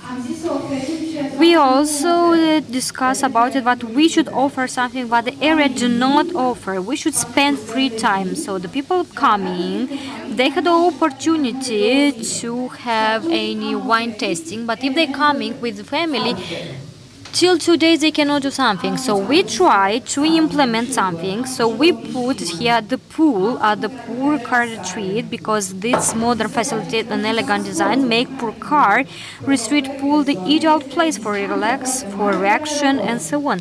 And the distance between the airport and our resort, it's not so farther. And we can do it like the personal transport for different events or like private businesses. There are ours. We are working with them, we are working with our authorities, and we can do it, the trip, more easily, because right now we are in the part when we would like to construct a heliport where we can land on that part. Also, we have here the Moldavian model, because we appreciate highly the tradition of Moldova, and of course we appreciate the traditional food, and also we'd like to implement here all the experience from the Europe and the Republic of Moldova. Also, to make sure that the rooms will be more exotic, we give them a name, of course, like Europa, Asia, Africa. So we are putting something different, so from each continent, because we had opportunity to recruit that staff from different country. We had opportunity to bring a lot of persons from Asia, from Africa. And of course, we would like, because together where we had our resort, all the persons coming to the winery to taste the wine, they should have opportunity to eat something good. For example, we have also a spa where we have a Balinese person, but she can do this spa. All the events that we can do here, and of course when we have the wine day where internationally we are present, because right now I am a part of the Moldavian tourism, and of course I had opportunity to benefit of all accreditation, all the standards, because we had opportunity to go through all this emotion regarding the accreditation. And together we just thinking maybe we should do this, because as you can see, we had opportunity and we had a gap with the staff. We cannot find specialists, team. We also have a lot of challenges and problems. I would like to mention all these challenges was a lot of them, because we starting this rehabilitation before the war began, and we try just to find solution. How we find it? We bring team from the America, from Africa, from Asia. Maybe you saw in Romania, because in tourism we had a lot of Asian people. We are the biggest employers from the Romania, but we had opportunity to employ them. Also, we had opportunity to bring that in the Republic of Moldova. And what we are doing there, where we do not have interest staff that they would like to work, where we do not have, for example, enough staff, because we understand teenagers do not appreciate to go in the school. We are bringing different specialists from different world. At this moment, the Republic of Moldova is at the beginning, because is the first one that had Asian people, and I would like to mention about that person working here with the experience 3 years. We just start that process. We recruit, we bring that in another company, for example, construction, agriculture, where you can offer that opportunity for all year, because we cannot bring them just for the season or something like this. No one will come just to work for 5 or 4 months to work here. We should give them that continued part, and where we can do it something, we just come with that part of the staff. Starting with the recruitment part, Romania had opportunity to bring here a lot of staff from the Romania, because they also are good in different field. Also, I would like to mention that we are the same country right now. And when I'm going to say the same country, I'm talking about the Africa, about the America, about Asia. Also, we would like to implement a lot of foreign in the university and so on, because together we can offer also places, free places into the university. But the Republic of Moldova can offer more than 10,000 of places. I'm talking about this year. for Asian people or for another students, but they wanted to come here and to study. I would like to mention that here will be a lot of people, foreign people. Republic of Moldova will grow when they will come here and they will start study, work, and so on. Of course, we understand when someone coming will be a little bit challenging. But if we make a statistic and if we analyze, because 8 years ago we started this process in Romania, we had this process that will bring to you a lot of results. But everything depends on us. If we wanted to receive them, how we welcome them, how we will help them, because they are foreign, they do not know our rules or something like this, and we should understand that another way will not exist. We should understand that teenagers or adults, they are going abroad, and all the specialists that we are having, they are going on the pension, and it's quite harder to find new people and to hire to make sure that they can work. And we should understand that they should receive that salary that they requested because it's their needs. But we cannot open the pension doors or to offer the services or to work in agriculture if we are not inclusive and if we are not accepted that this is the future. Thank you so much for your attention.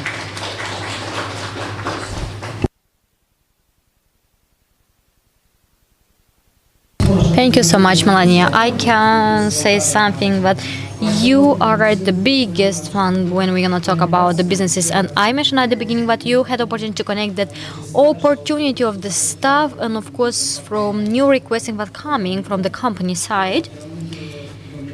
And, of course, different field what you mentioned, for example, tourism, or also maybe can be here the hotels part, because that will be an opportunity for us to make sure that we can follow from your step. I would like to say thank you so much once again for your presentation. As we mentioned, we asked if we had opportunity to listen your question at the final. I will ask Alexandru Berezuoi to talk a little bit and to relate a little bit how is the important this cohesion and connection between the businesses that we had in this field, how is the important that they should collaborate between and to make sure that they will have the opportunity to develop the sector. Thank you so much for this opportunity. Thank you. Let's see if my presentation is working. Hello everyone, I would like to mention for you that I have a difficult mission. First of all, I would like to say thank you so much that you had the opportunity to stay till this moment, because we like a program, key region for Republic of Moldova. We had the opportunity to work in this field like 5 years. I would like to mention that in this year officially our program had opportunity to finish their activity. We worked in 2 regions. We talked about the Hungarian Cahul, and I would like to mention that was the biggest program that we had opportunity to implement here from the United Nations. And also I would like to mention that program had opportunity to be stable on the market, because we're talking about 20 million of euros, was implemented by 2 agencies. Here we're talking about the UNDP and UNICEF. If we're going to talk about the main object that we are having, I would like to mention that the general one and clear one is to strengthen economic, territorial and social cohesion in the Republic of Moldova by facilitating inclusive, sustainable and integral local socio-economic growing. And if we're gonna talk about this in our language, I would like to mention that the program was focused on each field that we had. Here we're talking about the works with NGOs, we are talking about with the local public authorities. Also, we had the opportunity to work with that company that they coming to develop our infrastructure. We talked with the businesses, and we had the opportunity to create that moment when we are proud of this project, where we will talk a little bit later about this. As you can see here, Mr. Ternovsky mentioned about the changing of the center from the Hungarian, as you can see on the screen. A lot of people that they go through Hungarian previously, they mention how they saw the biggest changes because we wanted to see this. We understand that changes should come not just from the infrastructure or businesses, but also should come from the municipality side because that one should be an attractive point for everyone. And with this way, in Ungain, we had opportunity to reconstruct the center of the city. We had opportunity to renovate the infrastructure of Ungain, and if we're gonna talk about Cahul municipality, we contribute to improve the quality of the public service and economic development. If we're gonna talk about businesses, through all this period, we had opportunity to support more than 70,000 of businesses. So we have 90 startups, and of course, as you can see, we had the grant amount was 1 million of euro. Of course, it was a big contribution from the businesses side because they also coming with the same amount additionally. But if we're going to talk about clustering, this program had opportunity to offer assistance for that one, but they would like to make this clustering. So if we're gonna talk about Carrefour or Ungain, we should imagine that one is about tourism. We're gonna talk about the estate, and of course the ministry go after our meeting in our clustering to analyze and to see what is going down there. And we understand that we had the most important area regarding the agriculture. We had 46 hectares here in Petrezh, and I would like to mention is the biggest exporter when we're talking about the fruits. And if we're gonna talk about the south part, we have clustering regarding the grapes. Also, we have the clustering regarding the zootechnical part. We also have here beans and of course tourism. That program had opportunity to create that clustering and of course coming with the financial support in amount of 1,000 euro for each field, and this gives them opportunity to buy that equipment that was needed to them and to make sure that the members of the clustering can benefit from that. So if we're gonna talk about the field what we discuss every time, the program had opportunity to support 4 main clustering. As you can see, we have the clusters from the Via Cahul tourism, we have vinification clusters from Republic of Moldova, we have the hills of Magura, and of course we have the tourism one. I would like a little bit to talk with you about how the program had opportunity to help each cluster in part. So if we're going to talk about the Via Cahul tourist cluster from the Cahul region, as you can see here, consisting 12 public authorities, institutions and state enterprises.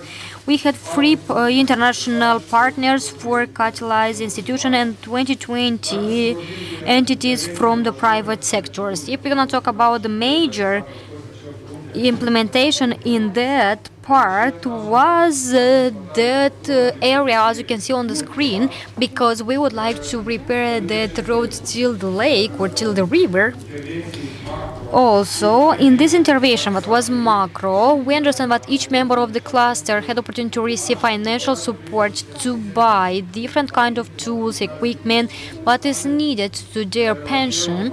And of course, they had the opportunity to buy here different indicators, route indicator, because we understand this is very important when we're gonna talk about this, because when you come here to the Mirchești, you saw that indicators that guide you how you can come here and how you can find the right way. If we're gonna talk about the cluster vinification, and here I would like to mention about the winemaking cluster. So as you can see, we have the small producers. At this moment, we had made up of 2022 members, including wine producer, local authorities, and our intervention was just to create one center that is dedicated in Cahul region. It's very strange when we notice that the South region, but they're so proud of their wines, they do not have in their center wine testing. This is something that was shocked for us because we understand it's necessary to have that part. It's like a main needs. Right now they are in the stage when they should arrange everything. That one will be in the cultural house.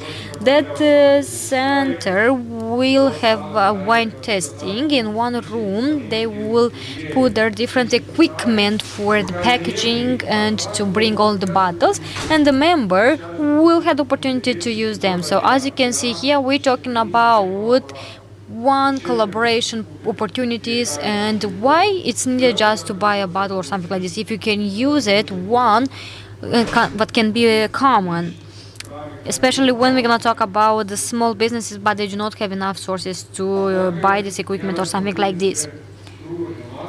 So if we're gonna talk about struguri de masă or table grapes, if we translate it into English, we understand that the Cahul had the opportunity to consist of 29 members, and they have 16 agriculture producers. And our intervention was on that slide, as you can see here, we would like to create that center from the Manta village, because as well we had the opportunity to be enrolled for the producing that vineyard, and also they had the opportunity to buy that equipment that give them opportunity to package all the grapes in different kilograms, for example 5 kilograms and 10 kilograms, because if we're gonna talk about the standards, we understand that one is important. We request and we ask them kindly to be on trend with this. And if we're gonna talk about the quality standards, HCP standard, a lot of standards and a lot of certification what they should have, and help them actually to sell their products abroad the country. And also I would like to talk about the Dealurile Măguri tourist cluster that is in Ungheni. You met Viorel Prisakar, that is the manager of that cluster. I would like to mention that one is made up of 14 members, including economic agent, local authorities, and educational and research institution. And we have Krama Mirceș, that is the beneficiary of the program, like a member of the cluster. We also have here Mr. Foshnia, maybe he can hear me, because every time he mentioned, you are coming with not a lot of resources, but you had opportunity to come and to do your best, but come and show us the visibility. And we are so proud about this, because we had opportunity to bring that opportunities, and we developed that businesses. But was so interesting, because I would like to relate a little bit about this. Personally, I had opportunity and a short history with Krama Mirceș when was the pandemic part. And I were in a trip, and they mentioned if you do not have the test or if you do not have the certificate with the vaccination, you cannot go from the country. And I started just to find what I can visit into Republic of Moldova. And I saw Krama Mirceș. So first time I come here in 2020, I discussed with Mr. Arkady and I relate about our program, and we understand that he quickly react, and that room that we had into the hotel, it's the 9 building. I hope you had opportunity to analyze. There was renovated by another resources. We had opportunity to change their transformator from the grant money side. In this way, we had the opportunity just to bring a lot of value to that region. And if we're gonna talk about the Valorile Măguri cluster, as you can see here, I mentioned that we had a lot of entrepreneurs and businesses, but we didn't know them till we discovered them. So we're gonna talk about the goat farm. We're talking about the Playa Flagului, that we know about them, of course. And also, as you can see, we had here another part that is located into Mircești, and they had opportunity to produce black metal, and we didn't know about that part in our Republic of Moldova. What I would like to mention about that cluster part, maybe this is a word that it's unclear for you, but we're talking about the cooperation with this word. So a lot of time, if we had the opportunity to work on the same way, We understand that we are in the same time and we are in charge because we had opportunity to receive different benefits from each other. And here was mentioned because the fight that we have for the tourists that should remain in our country, for example, 1 night or 2 nights in the same region. And if I'm coming like a tourist here, Krama-Mirchești, and after that I had also another opportunity to go, everyone had opportunity to win something, and this collaboration between us can be with the same value because we're not talking about just the producer of the grapes. Here we talking about that person that they can offer packaging, but can offer, for example, transport, and we talking about because we had a problem with the producer or that person that can produce wine. They do not have bottle that they should package, so every time they should import that, and we show them that we have this bottle, please use our bottle, and that can be a huge collaboration between us and them. Also, if we're gonna talk about the support of the program, I would like just to mention the program because we had opportunity to establish the brands from the Cahul and Ungain. Also, we established invest program, and here we're talking about 41 invest profile that we had opportunity to implement them in Cahul and into Ungain, and we with our investigation had opportunity to promote them and to present them when we're going to different exhibition or something like this. Also, we had supporting when we're gonna talk about the clustering because we are not talking here about just the money what we are using to buy any equipment or tools. We're talking about the certification, documentation, because each cluster what we having, it means that they establish their brand, and with the visual way we are coming with different supports that should be implemented, and we understand that this is an important tool when we're gonna talk about the promoting. And also talking about the infrastructure, businesses infrastructure, it's very important because when you support a business, it's very important to develop that infrastructure that is going to that infrastructure. We're gonna talk about the routes, we're gonna talk about electricity, and of course the program in different regions had opportunity to invest more than 1 million to make sure that that infrastructure will attract new businesses in that area. Also, I would like to finish my presentation with one request because on date 9 October in Chisinau, we will organize one event that is very important for us with the colleagues from Brussels. We will have cluster meet region. This is the first event that we had opportunity to organize here in Chisinau, where a lot of clusters from the European Union will come here to meet or to understand what is the main point from our side, and this is a good opportunity to meet new partners. And of course it's possible that the commissar from the European Union will come. We would like to invite you here. Please register to this platform because the clustering representing a very important tool, and for the next year we had 15 milliards euros from the space of European Union, and of course from the neighbor side, of course we have it. I would like once again to mention about the importance of this event.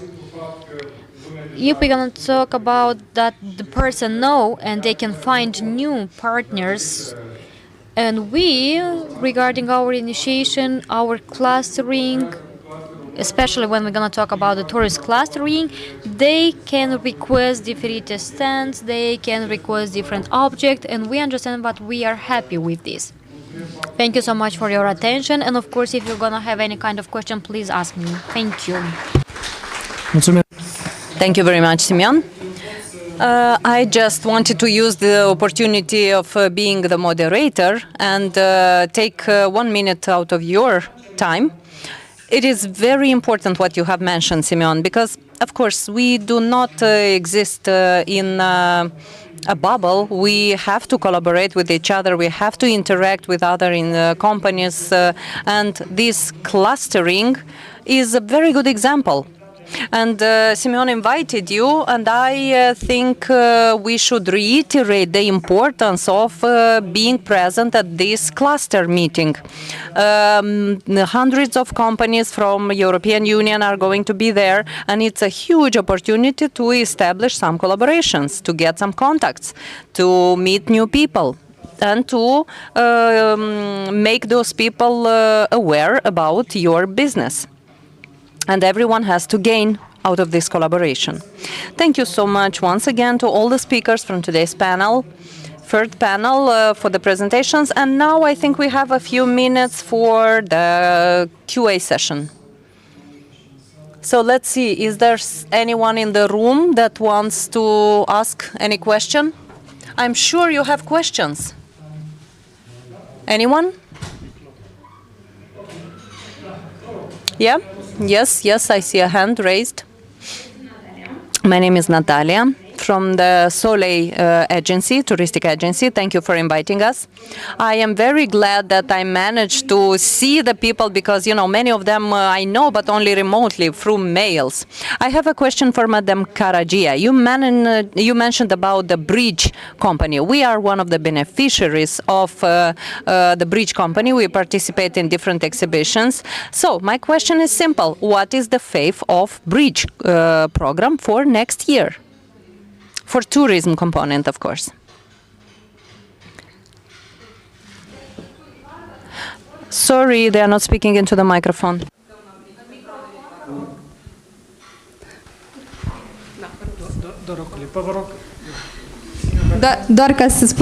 Okay, so the question is related to the fact that I found out that for the next year it's possible that in the bridge program the touristic component is not going to be included. So far I cannot answer to your question because we don't know yet. In case it's going to be stopped, we will announce you in advance. But so far the program continues for the up-mentioned sectors. So we don't have that confirmed information yet. Okay, so we are looking for news. Good news. Yes, thank you for the answer. Thank you for the question. Okay, any other question from the room? Anyone? Okay, yes? Yeah, we have someone. So, good morning. My name is Doina. I'm coming from the hotel field, Berd's Hotel representing. I have a question for Madam Melania. What do you think what the hotels should do in the country to maintain young specialists, young talents, and to encourage and develop young people's skills and to encourage them to stay in the country, because we are confronted with this issue not only in the whole in the hotel system, but all over the country in all systems, and we have to bring people back from abroad or convince them to stay, those that are still here. So do you have any tips? Yes, indeed, you are right. We do have this big problem. Moldova is in this situation for the last few years, and Romania also is confronted with the same thing. We actually asked Romanians what they do. And I had a meeting at the university. I met the teachers from the international faculty. First of all, of course, increase of salary, this is one of the main things, main leverages. And in 10 years, I've seen that this increased, but unfortunately, the salaries are bigger, but the prices are also bigger, and it's very difficult in this context to maintain the specialists and to motivate them to stay. And I believe we should help them by encouraging them to find collaborations, to sometimes, you know, a good specialist, he is trying also to freelance. And a good electrician is going to always have many requests. And he's going to choose what's best for him. An expert in the wine field is going to be hunted by a few wineries. And in order for the people to have a decent life, of course, they need a good salary, first of all. And the young people should be motivated and you have to explain to them why it is important to stay here. It's also the emotional component. I mean, you have to tell them what's the opportunity for them in Moldova, why Moldova is growing now, why they should stay here and contribute together with others to develop this country. I mean, all the funds that are used for the promotion of Moldova are helping, actually. Because, you know, it's one thing to be proud of your country, and it's a different thing to see how adaptable Moldovans are all over the world, because it doesn't matter where Moldovans go, usually they can deal with any situation. And you know, the purpose is to increase the potential of the country. We can actually bring some people back or motivate those that are here. Also, what's important is for the country to be well industrialized. The more hotels are open, the more wineries are opened with international standards, the more specialists will be interested to stay. And actually in COVID, we all understood how easy it is to work remotely. You can be in Moldova and work for different companies abroad. I mean, look at Tarom company, flight company. Also, they have a competition. They have High Sky, they have Fly One and others, but nevertheless, they attract young talents because they understood that this is important to promote the people, young people, to give them chances of growth. And I think the best thing is to focus on the supporting the middle class, because they are going to become stronger, they are going to be more vocal, they are going to be strong, and they will request for their rights to be protected.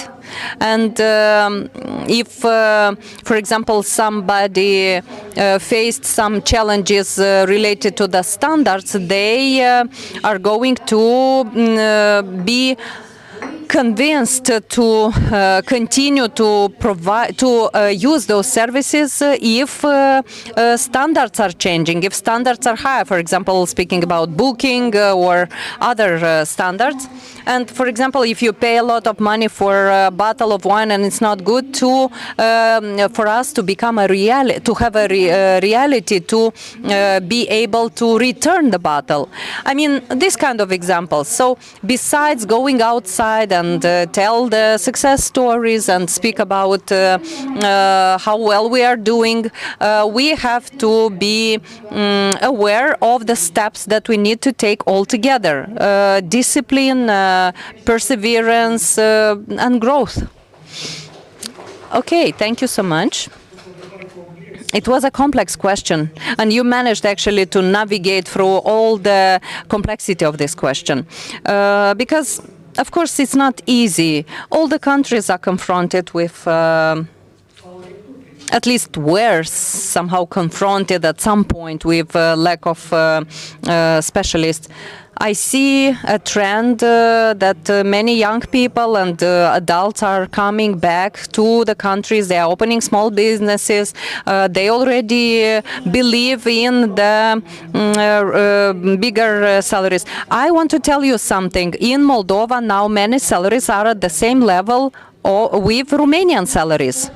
And I think that people understood that if you will not offer, if you do not offer good salaries, you will just not have people to work for you. In Bosnia-Herzegovina, in Serbia, in Italy, in Austria, people are working, but also they can work remotely, and including Macedonia. You know, some of the people, Africans, they go to Macedonia because they have the higher level of salaries. And I think, again, this is from the entrepreneurial point of view, the vision. If you want to keep your people, give them pay for them, for their expertise, and create opportunities of growth. Thank you. Thank you for your answer. If there are any other questions from the room, Okay, if not, thank you very much to our speakers for your valuable contribution to this event and for the presentations that you have prepared and for answering the questions. Thank you once again.